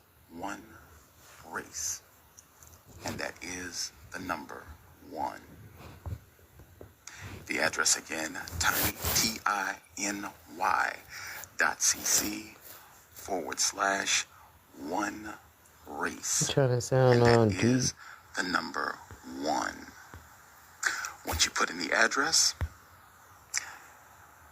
click past you. Who he was, but some of the things that he was stating about black people, I want to say he was an author or a doctor, but he said, brother is incredible. I love him, and this no book disrespect to the podcast. Gift he gave to me as far as reading, and I just felt They called us all the names under the sun, from a counter-racist perspective. So all the nationalities, all the reclassifications in 1 hour. We didn't got by our own people. Oh my goodness, we got to do better. Nantucket, excuse me. He even made up one. Did he say, oh my gosh, I ain't even repeating that. Madness. Just double them up. Add 2 of the madness together. And oh, excuse me. Black members of Southampton, Virginia. My bad. They keep talking about Nat Turner, so that was supposedly, I say that because, but what happened with Nat Turner? For sure. Have you heard? Yes, sir. Thomas in New York. They're taking calls. Good evening, guys. Good evening, Rob. All the rest of the calls. You're right, quite a transition. Oh, man. You know, the system of racism, white supremacy, it's not going to end until there's no more white people, because their culture is anti-life, and it's just. I'm glad this book is like a blind indictment on just one of the mere minuscule aspects of their nature, cannibalism. I'm gonna add this in with pedophilia and homosexuality as parts of white culture. Safe space, safe space. The Belgium, I mean, my gosh, I mean, even with the sexually suggestive, cannibalistic newspaper, it seemed like he was describing clips from magazines and things, just totally disgusting, and don't even care to put it out there like, hey, this is what we do. They're just a little bit more discreet with it now, but I guarantee this is going on. It's just white culture. I think this book is definitely gonna heat up, and I hope it does. I just can't. And the funny thing is, not too long ago, I was watching one of those lockup shows, and they were in Russia, and the number one crime people were in there for was cannibalism. You know, oh my God, neighbors and stuff. What? It's like they're still doing this, but I'm sure they love black dark meat.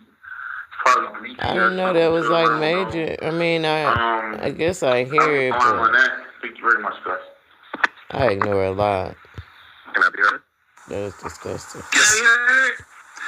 Go ahead, sis. I'll go after you. Hello? Yes, ma'am. We can hear you. Hey, I just want to make a little observation that I think that, like, no matter where you are and you're looking at a system of racism, white supremacy, the elite white people have always practiced, like, cannibalism and pedophilia and all types of things against black people.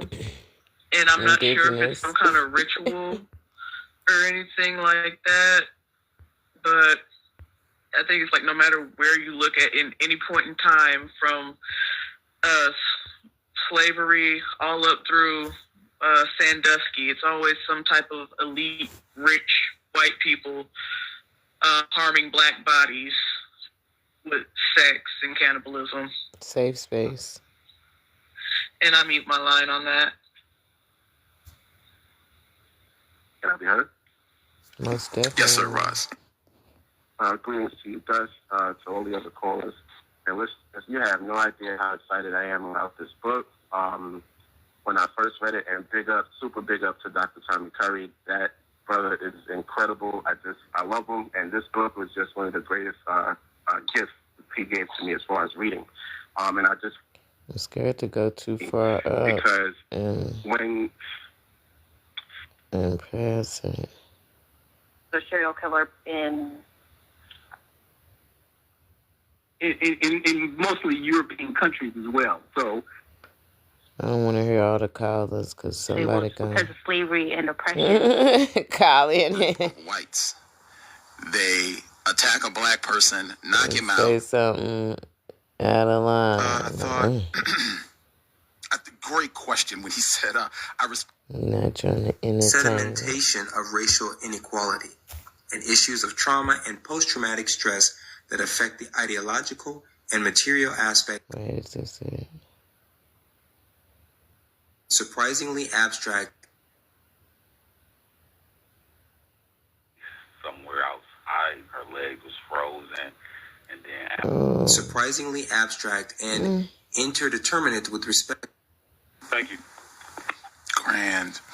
We will get started with the second audio segment. Again, we're still in the introduction for people. We in the introduction, y'all. I can tell you exactly what we're picking up. We're at the subheading What I tell slavery, you. as history and We memory. ain't even That's what got we're to picking up chapter at, still in the 1. introduction.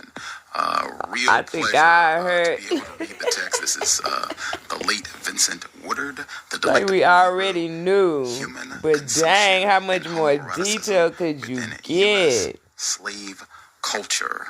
Context of White Supremacy. Audio segment number 2. Slavery as history and memory. Much of contemporary scholarship on the African diaspora or the Black Atlantic has tended to follow Gilroy's path, emphasizing routes of transmission instead of the roots of origins and cultural legacies. An unfortunate result of this approach to the Black Atlantic is that, as Houston Baker Jr. notes, much of the multi-locational history of specific diasporic communities gets erased or overlooked. In particular, Baker takes issue with Gilroy's mishandling of the history and legacy of slavery and bondage. The Black Atlantic remains surprisingly abstract and interdeterminate with respect to the very chronotype the book claims as an analytical organizing symbol, namely ships in motion across the spaces between Europe, America, Africa, and the Caribbean. In fact, after early mention, ships virtually disappear from Gilroy's work. They disappear as chronotypes, material vessels transplanting Black populations. Crazy. Dread transports of conquered peoples to penal colonies of the Americas. Ships as disciplinary and carceral holds on the shackled Black body receive no extensive treatment in the Black Atlantic. As Baker does in Turning South Again, Rethinking Modernism, Thank you, Rodney. Gratitude. I also aim to bring together ships and plantations. For this issue of roots of cultural transmission is not simply a matter of revising or changing the master narrative from Eurocentric to African origins of Black American culture.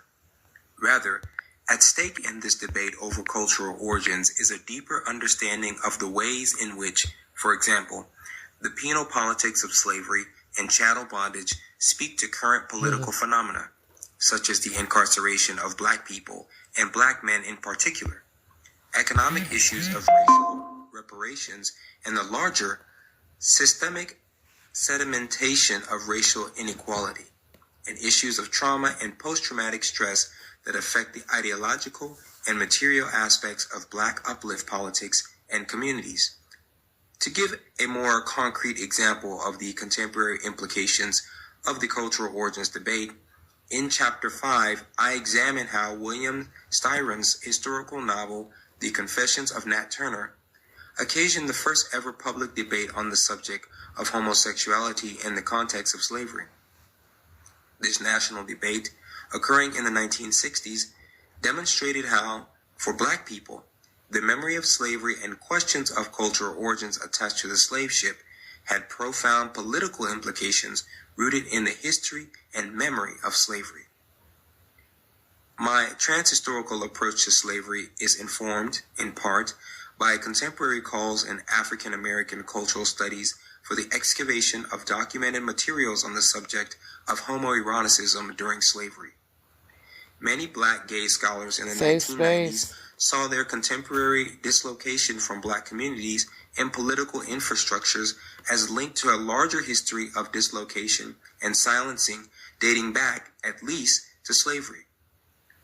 Charles I. Nero, for example, felt that 1980s Afrocentrists, Black arts spokespersons, and Black power advocates might have changed their ideas about Black gays as threats to and pariahs within Black families had they known that homoeroticism existed during slavery. Referencing a few antebellum court cases in which Black men were persecuted for sodomy offenses, Nero wrote, "Although the evidence for homosexual practices among Black male slaves is small, it does suggest that we do not exclude homoeroticism from life on the plantation." Beyond these instances of criminalization, Nero concludes that additional evidence of homosexuality excavated from diaries, letters, and narratives would go a long way towards helping us revise our models of the Black family and of homosexuality as alien to Black culture. Intuitively, black gay men understood the issue of homosexuality during slavery as a complex phenomenon shaped by a number of factors, including the nation's unresolved relationship to the legacy of slavery, black liberation ideology dating back to slavery, and, most importantly, the maintenance of traditional notions of family and community that originated in the 18th and 19th centuries. The legacy and memory of slavery had a powerful effect that left many black gay men feeling isolated from and rendered invisible within black communities. Joseph Beams said it first and best, "I cannot go home as who I am. When I speak of home, I mean not only the familial constellation from which I grew, but the entire black community, the black press, the black church, black academicians, the black literati, and the black left. I am most often rendered invisible, perceived as a threat to the family, or am tolerated if I am silent and inconspicuous." Beam's comments echo back through time to the threatening relationship between the homosexual Bayard Rustin and the civil rights movement, and, before Rustin, to the homosexual threat that Augustus Dill represented to the Crisis magazine and W.E.B. Du Bois. Both Rustin and Dill experienced scandalous public sex incidents in the 1950s and 1920s, respectively, that involved arrest and, in Rustin's case, widely circulated media attention. Both men, loyal and dedicated racial liberation advocates, were asked by key black figures to remove themselves from organizing centers of the civil rights and Reconstruction movements. As Philip Bryan Harper has noted, the black homosexual functioned in the 20th century as an index for black masculine anxieties. These range from the very personal and painful anxieties of lynching, castration, and the denial of civil rights to a larger set of anxieties rooted in historical erasure and cultural genocide. Black gays in the late 20th century found themselves in a double bind of history and memory, which had an unfortunate result. Black people equated their sexual identities with homosexual violation dating back to slavery.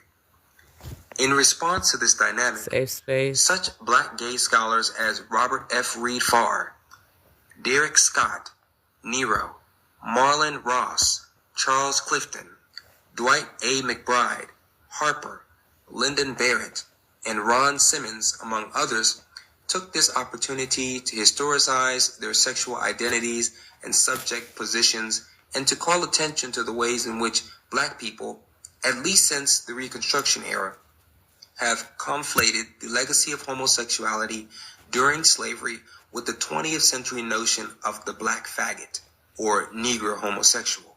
Oh, goodness. For example, Eldridge Cleaver associated anal sex between a white man and black man with a racial death wish extending back to slavery and with miscegenation. Cleaver conflated his contemporary understanding of the homosexual person with the particular and different ways in which homosexuality was thought of and configured in the context of slavery. Working with Cleaver's idea of the Negro homosexual, Reed Farr asserts in Black Gay Man that to be fucked in the ass by the white man is not simply to be overcome by white culture, white intellect, white notions of superiority. Contradicting Cleaver, Reed Farr suggests that the act of anal penetration, at least in the realm of memory, opens up space for the reconstruction of the black imaginary.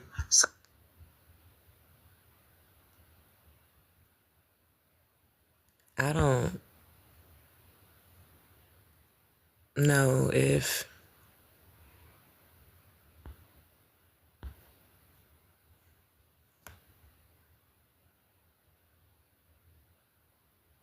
they got a clean version. Such that the most sacrosanct of black truths might be transgressed. Truly, the inability to creatively imagine homosexuality during slavery reflected a fundamental fear within the black collective of moving outside of the normative categories of masculinity, reproduction, pleasure, and family.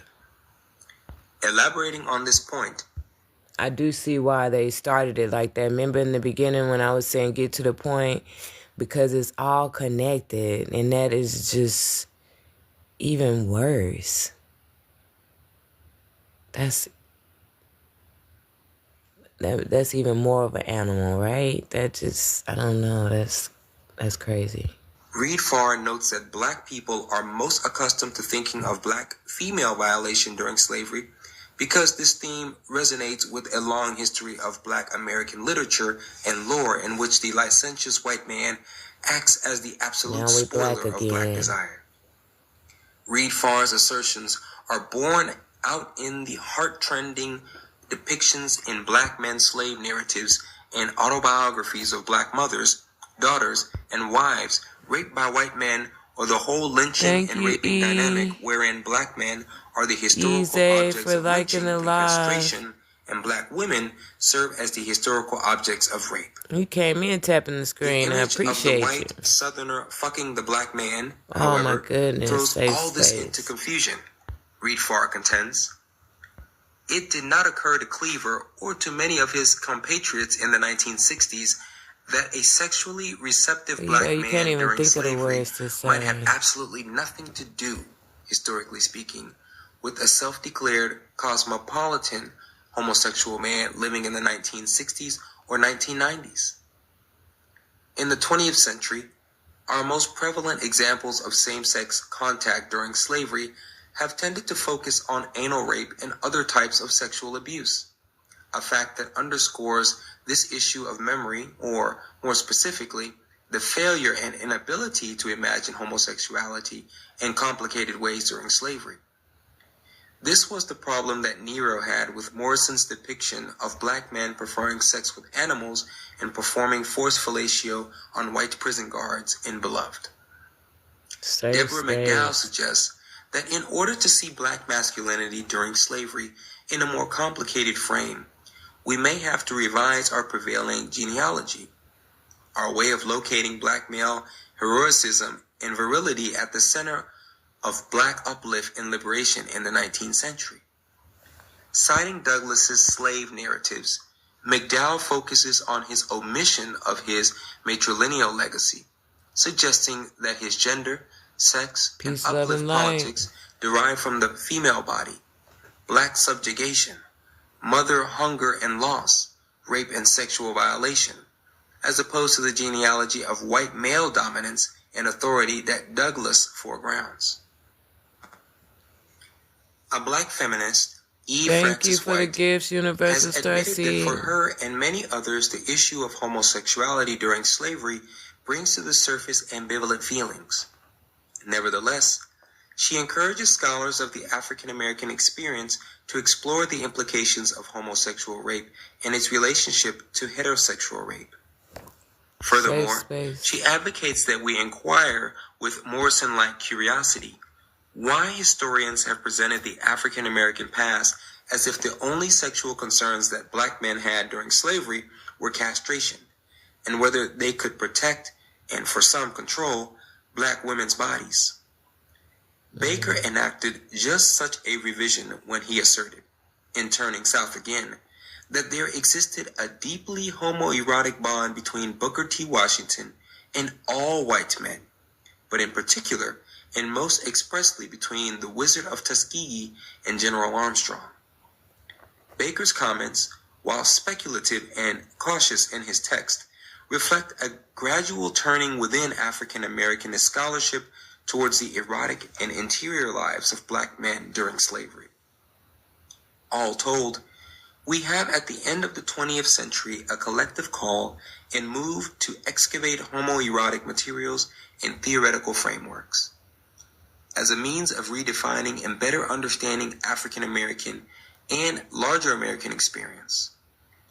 The Delectable Negro responds to this collective call for a deeper, more useful understanding of homosexuality in the context of slavery by focusing on the 19th century as a moment in which black masculinity, racial identity, homoeroticism, and a distinctive American appetite for black male flesh and soul congealed.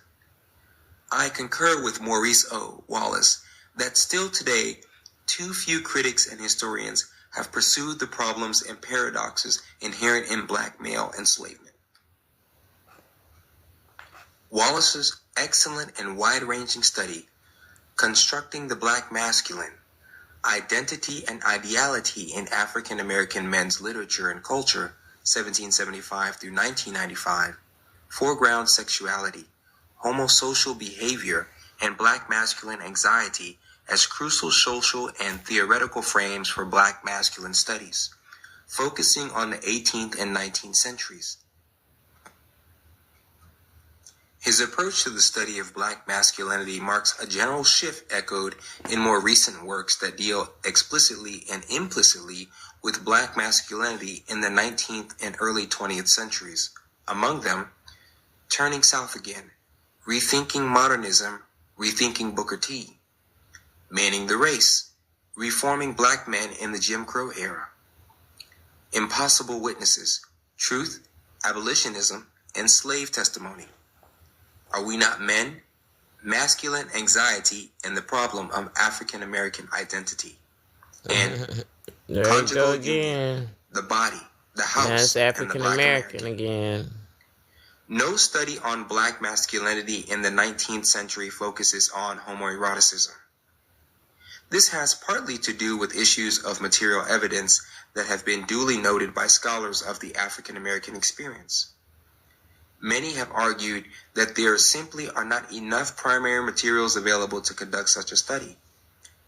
Contrary, though, to these claims of absence, I argue that homoeroticism did exist among 19th century black peoples, chattel or free, literate or non-literate, through a number of factors have prevented us from being able to discern and engage with the subject of homoeroticism as it existed then. Most importantly, our contemporary framing of homosexuality has obscured our vision. In addition, the absence of appropriate linguistic apparatus, the dearth of historical documentation, and the lack of theoretical models with which to excavate homoeroticism from extant historical documents have all contributed to a lack of substantive information on the subject of homoeroticism. The extant materials on homoeroticism that I work with in this study include slave narratives, works, progress administration interviews of ex-slaves, advertisements for runaway slaves, neo-slave narratives, journals, diaries, novels, poetry, and historical fiction. Most of the materials that I work with are staples of African American literature and culture, such as the slave narratives of Harriet Jacobs and Frederick Douglass. Other materials, such as James L. Smith's slave narrative, advertisements for runaway slaves, and numerous articles from black newspapers published in the 19th century, are additions to the archive. In this way, I have attempted to respond to the call for the excavation of materials on the subject of homoeroticism during slavery. The chapters of the book conform to my theoretical framing of homoeroticism in the context of cannibal culture and as a derivative of African homosexual practices reconstituted in the Americas. Chapter 1, Cannibalism in Transatlantic Context, opens with an examination of Olaudah Equiano's well-known slave narrative, the interesting narrative of the life of Olaudah Equiano or Gustavus Vassa, the African, written by himself. Equiano's narrative brings together the themes of homoeroticism and cannibalism. It gives ample examples of Europeans and West Africans' belief about cannibalism in the context of young Equiano's romantic, chivalric relationship formed aboard a slave ship with a young white American lad from the slave-owning South. Scholars have tended to dismiss the depictions of cannibalism in the narrative. I treat them seriously and use them to establish an interconnection between cannibalism and chattel homoeroticism, and to establish a transatlantic context for incidents of cannibalism and homoerotic interactions in U.S. plantation culture that I discuss in the second chapter. In chapter 2, Sex, Honor, and Human Consumption, I examine literal and symbolic examples of human consumption in the antebellum United States. I begin with a discussion of the above-mentioned Maybe we Essex went into affair, it right after he was which talking involved about the consumption of 4 black men in the 19th century. introduction. Isolating issues of male secrecy, shame, and honor inherent in the Essex affair, I move to a broader discussion of the same issues in the slave narratives of black men who Appreciate your documented universal their social star consumption. seed. Finally, in the context of black male lives and voices, I look at the widespread 19th century concern over whether the United States was becoming a cannibal nation. This debate, which occurred among the clergy, congressmen, judges, and artists among others, centered upon slavery as an essentially consumptive institution. The third chapter, A Tale of Hunger Retold, Ravishment and Hunger in F. Douglass's Life and Writing, focuses on Frederick Douglass's depiction of human consumption as a phenomenon that ate away at the psyche and soul. None was more articulate than Douglass about how these dimensions of the consumption of slaves eroded one's ability to resist and strategize against slavery. His observations in this chapter provide a blueprint for how the slave struggled in mind, emotions, and spirit, not only against social consumption, but also against endemic mechanisms of starvation and hunger designed to break the enslaved person. Douglass's own hunger for self, familial and ancestral bonds, and civil status manifested as complex erotic ties to white men and cross-gender behavior. Douglass's gender-variant and homoerotic experiences provide an opportunity to think anew about 19th century models of black masculinity as gender-variant and tied to emotional, erotic urges. The focus of Chapter 4, Incest and Human Consumption, is Harriet Jacobs' incidents in the life of a slave girl. Jacobs' narrative depicts some of the more graphic scenes of human consumption ever portrayed in a U.S. slave narrative. She depicts masters within the domestic realm as epicures of black flesh, sex, terror, and institutionalized hunger and starvation. Focusing on Luke, a black man raped by his master, and Jacobs herself, I elucidate the intersections between incestuous plantation dynamics and the culture of human consumption.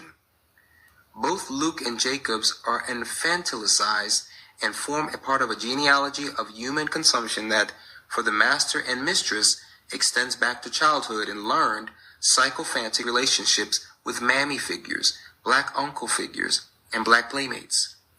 Chapters 5 and 6 look at the topic of human consumption from more contemporary perspectives. Chapter 5, Eating Nat Turner, focuses on William Styron's novel, The Confessions of Nat Turner. This novel, along with 10 Black Writers Respond, the edited Black response to the novel, marked the first time that the subject of homosexuality during slavery had received sustained public debate.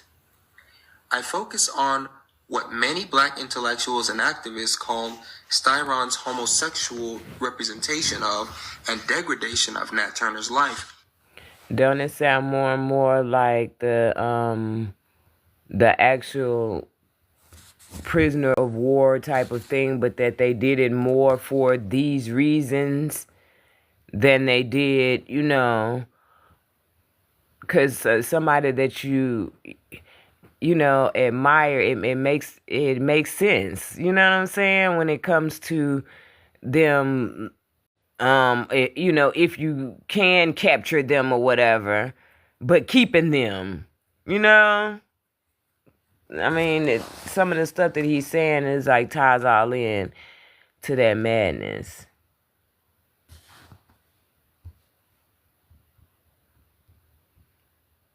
That's so crazy. And revolutionary efforts. Other Black male critics of Styron's novel accuse him of effeminizing and cannibalizing Nat Turner.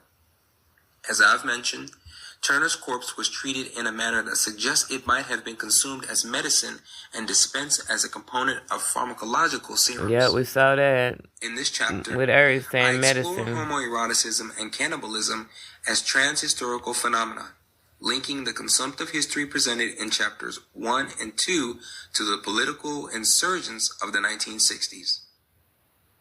The final chapter of the book, Chapter 6, The Hungry Nigger, opens with an examination of the controversy surrounding the chain gang oral sex scene in Toni Morrison's Beloved. Gonna say that was the only one he messed out, To this left out. and the novel in general have ranged from accusations of homophobia to a lambasting of Morrison's valorization of black suffering, to reading the scene as psychoanalytic encapsulation of black male erotic life on the plantation. I suggest that the profound usefulness of this scenario is in conveying how, at the end of the 20th and beginning of the 21st century, we are still at a loss for language and appropriate metaphors with which to describe black male hunger within plantation culture of consumption. Hunger serves in the novel as an index for a culture of consumption, for black male emotional loss, trauma, and need, and for a complex black male erotic life. I draw parallels between Morrison's novels and late 19th century neo-slave narratives. From Morrison's novel, I segue into a more formal theoretization of what I call the black male orifice. This section of chapter takes into account the long-standing historical challenge of theorizing and thinking through black male erotic orifices, the anus and mouth in particular. Working with Baker's notion of the tight place, I suggest that we need to ground these erotic regions along with the notion of black men hungering in actual historical places. To this end, I sketch a genealogy of the black male orifice that recuperates the Middle Passage, plantation slavery, and transatlantic slavery as homoerotic and erogenous zones of black male experience. As a final prelude, I pose the question, what if the 19th century cannibalism question and debate pointed in a direction of inquiry we desperately needed to resolve?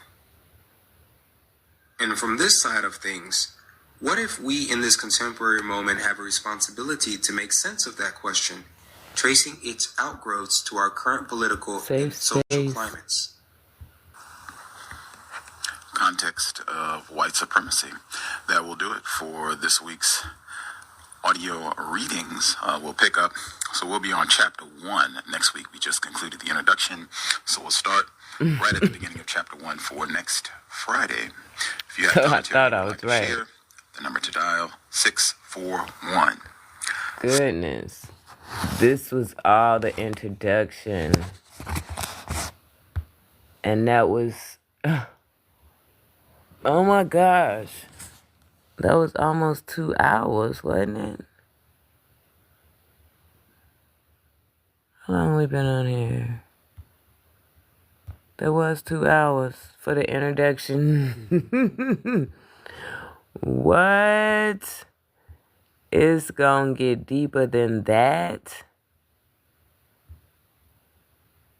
Wow. The introduction is so deep. It's like, yeah, that is some deep, deep stuff. You know it. That would be 2 more hours. I ain't got 2 more hours in me. I'll be asleep, and I ain't going to sleep listening to this.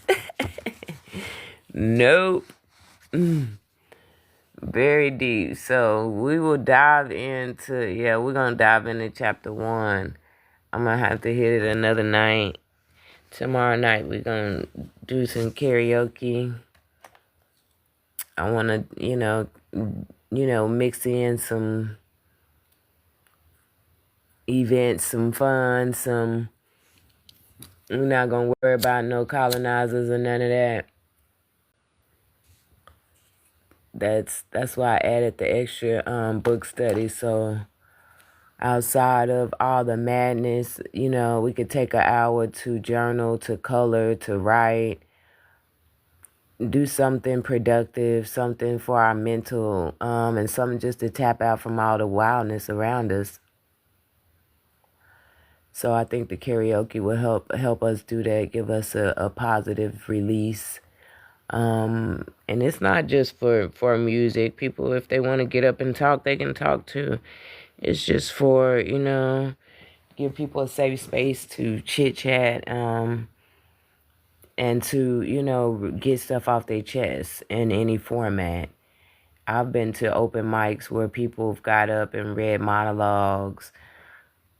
So it's an open mic for you can get up and do or say anything. Well, no. Let me correct. It's an open mic for you can get up and do or say anything. Well, no. Let me correct that. Not anything. And we'll have a block party. Look, and get up wilding out. But you know, you can get up and express yourself in a respectful manner. 222. Most definitely in a respectful manner. 222. Most definitely in a respectful manner. And I mean, we'll I don't mind a few choice cuss words. Some of them bother me more than others. I guess because they're a little deeper and a little more profound. But yeah, it's 12:22. Is that the 222 you were seeing? Yeah, and then we'll dive into chapter 1. Maybe Wednesday night. Or if I have time, tomorrow night after the open mic. But that is crazy work. It's just, and it like somebody put in the chat, it just shows you the level of evil that you looking at, and that's just, it makes it even crazier because you knew so much, but to find out, like, I don't know, you have a loss for words. But you know, it's good to know and good to keep it moving. Look, I need to change that up a little bit. Let's see what we could do. Enlighten it.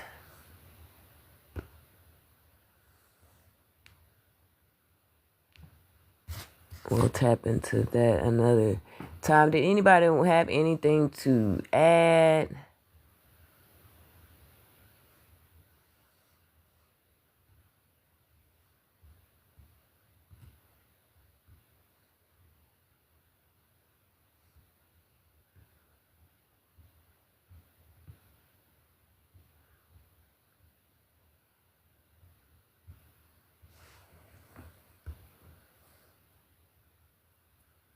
Very dark ways.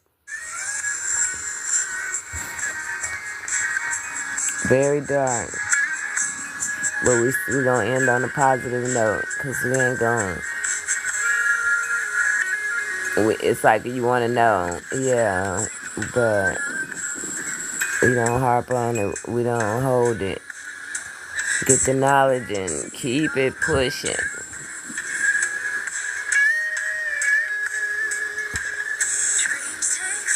Yes, open mic. I definitely need some people to come up because I can't be the only one all night. Look, I'm going to see if my daughter's available again. I know she's busy. Her son just started walking. And when I tell you, he is into everything.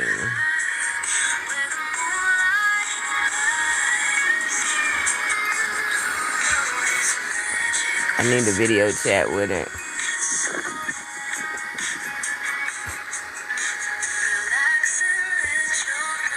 I need to get into doing that more often. I'm so old school. Trying to figure out how to change this. There we go.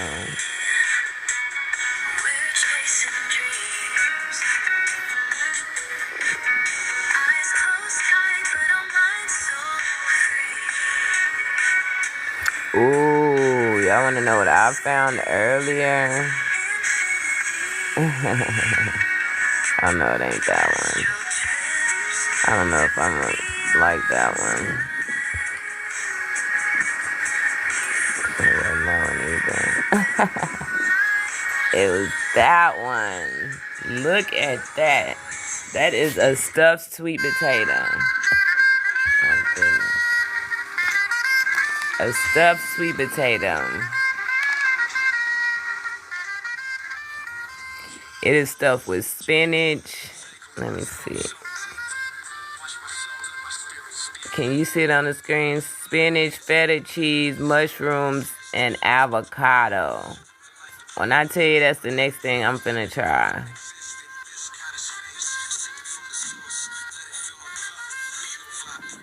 You don't have no musical talent.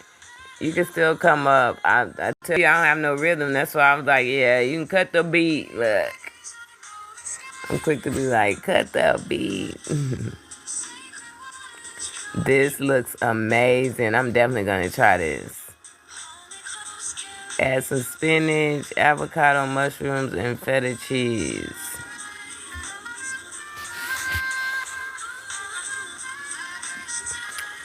I love trying new stuff. And lately, changing my diet and, trying to find healthy stuff to incorporate the meat that I'm not eating. And I definitely do some seafood until I'm to a point where I don't want that anymore. But this looks yummy. Absolutely yummy. Now, this other one, I was kind of laughing at this one because at first I looked at it, but then I started reading the ingredients and I was like, okay, that done wild out. I don't know what made them put all that stuff in there.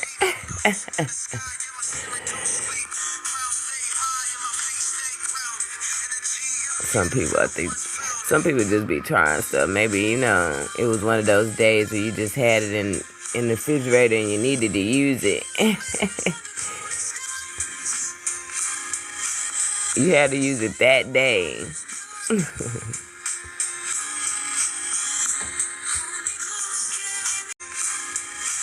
You had to use it that day.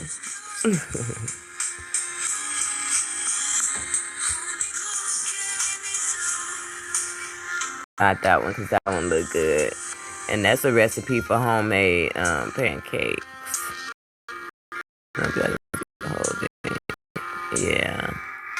They look so fluffy, don't they? Get you some good old maple syrup. But that ain't the one I was talking about. It's this one. Because I'm quick to, throw everything in the oven. If I'm going to turn my oven on, I need to... I'm a pretty much roaster. Bake everything. Or majority of my meal. And I used to always like to do these bakes where I would do, tuna casseroles or... some kind of pasta, lasagnas, all of that. But this one, I got the reading and it said for breakfast. And I was like, why would they put... And I don't mind a breakfast bake. Because I've tried that. Have you put the eggs in the little muffin pans. Or, mix the eggs up with some breakfast stuff. But the zucchinis is what threw me. I haven't had zucchinis and eggs mixed together. But I think I'm going to still try the recipe and just try it. Do a breakfast bake without the zucchini. It would be like a big omelet, but I would add potatoes. I would do potatoes instead of the zucchini.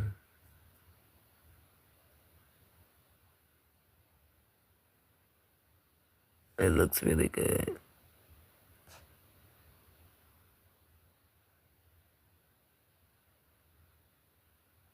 Yeah. Have y'all tasted zucchini and eggs together? I wonder how it tastes. If it's something that might actually taste good. because I don't eat zucchini a lot. But I'm trying to, like, I bought it maybe 3 times, and I just sliced it and cooked it by itself because I'm trying to get adjusted to the taste. But I don't know how it would taste with eggs. But yeah, the tomatoes, I would try. It say corn too. I wouldn't do corn and eggs. But yeah, what I'd usually do is I'll take them, and make them my own. So I'm trying to think how I would do this without it being like a big omelet. I would want it to be a little bit different. Maybe use the make your potatoes the shredded potatoes, like for hash browns, but a little bit thicker, so they wouldn't be big pieces of potatoes.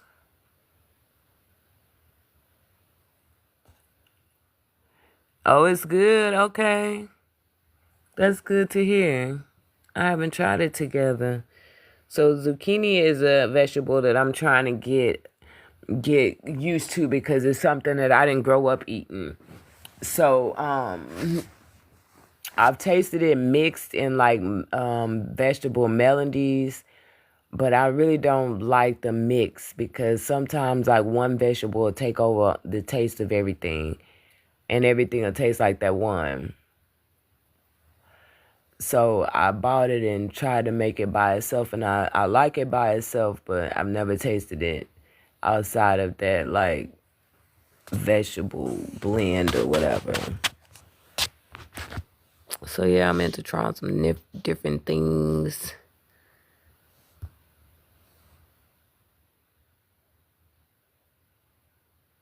Okay, with cheese make. Does that say taco? Okay, I'm a big fan of tacos. So when I was little, my mom used to make taquitos for us for school in the morning. She would make like 100 of them or 150 of them and put them in the freezer, and she would put them in like wax paper and individually bag them so we could just warm them up and go. But she would make like a big batch of eggs and put like the rotel, the cheese, season it, and this is when I ate meat. She would get that big roll of sausage and cook that, mix it up, and then put like a little bit of salsa or picante sauce, and she would make individual taquitos but freeze them, and we would just pull them out and warm them up.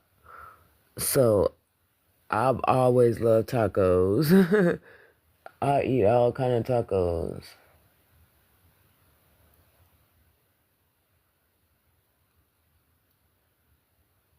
And lately, I think the last time I went, I tried like a bean and rice taco. I usually don't do nothing like that, but just trying to taste different stuff together. But I do a lot of Mexican food, and I do beans and rice in like the taco salad with the big crunchy shell. So Taco Tuesdays, yeah. But when I do tacos, I don't eat the crunchy ones. I like the soft tacos, more like burritos. But I love chimichangas. Like I love that flaky crust. I'm a big fan of that. Trying to figure out. I just need to, because I saw that at the store. I just never made it. That flaky crust. Like how you could buy the biscuits that's flaky. But yeah, these are some recipes I found today. And I'm going to try. I'm going to try that sweet potato first. Because when I tell you, I was like, okay, do I have that? And I just remember, nope, I just cooked my last sweet potato. So I'm going to make a list and check it twice.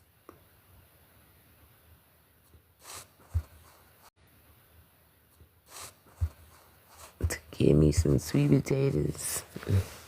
All of that sounds like a good, and that's something I never tasted together. Like, I really don't, I can't remember even tasting sweet potatoes mixed with anything outside of butter and sugar. So this one will be interesting. But it's like 5 things that I love. So I think it'll be really good.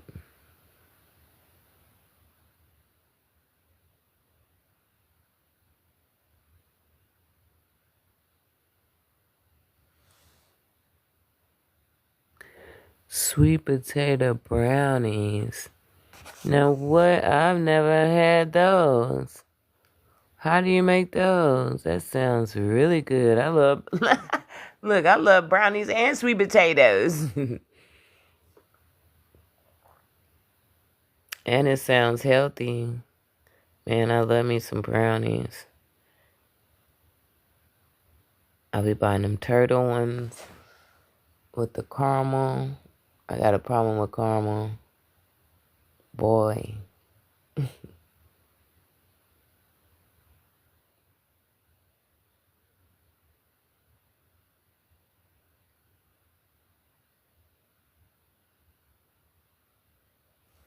Loves me some caramel. I will appreciate the recipe. I will most definitely try them. Sweet potato brownies. Man. This right here just looks really good. I was going to the store to get some fruits and flowers anyway. So y'all gonna see this on my backup. 'Cause it looks lovely.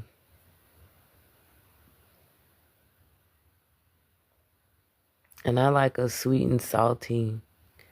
So even if the sweet potato is sweet,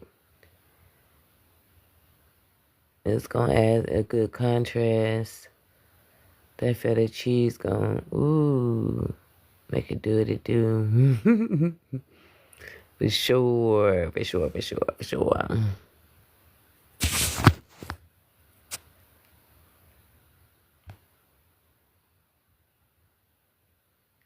Man, I got a problem with caramel. I be pouring that caramel in my coffee like I done lost my mind.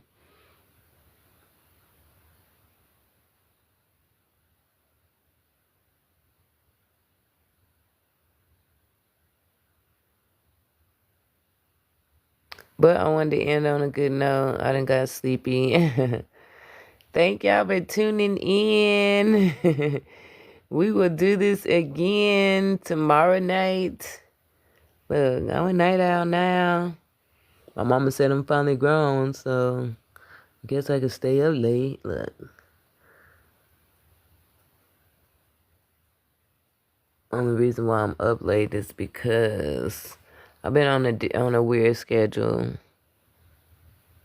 So it kind of throws you off when you wake up at 2:30 in the morning and can't go back to sleep. And then when you finally do, the sun then went up. So then you stay up late that night, but it's some nights that I go to bed. Oh, I'll get in the bed at like 8:30 or 9 o'clock. I do. I'll get on my computer and work from my bed though. So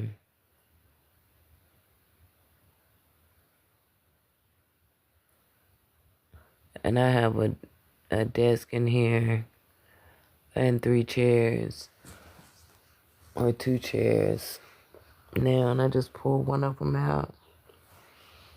But my bed is more comfortable sitting wise. I said I need to get one of them stand-up computers.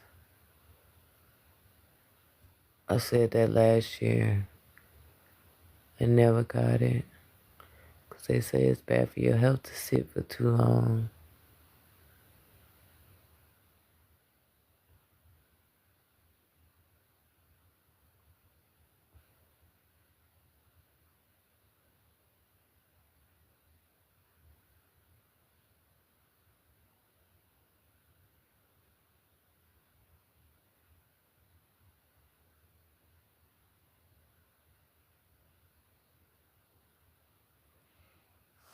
So y'all have a good one.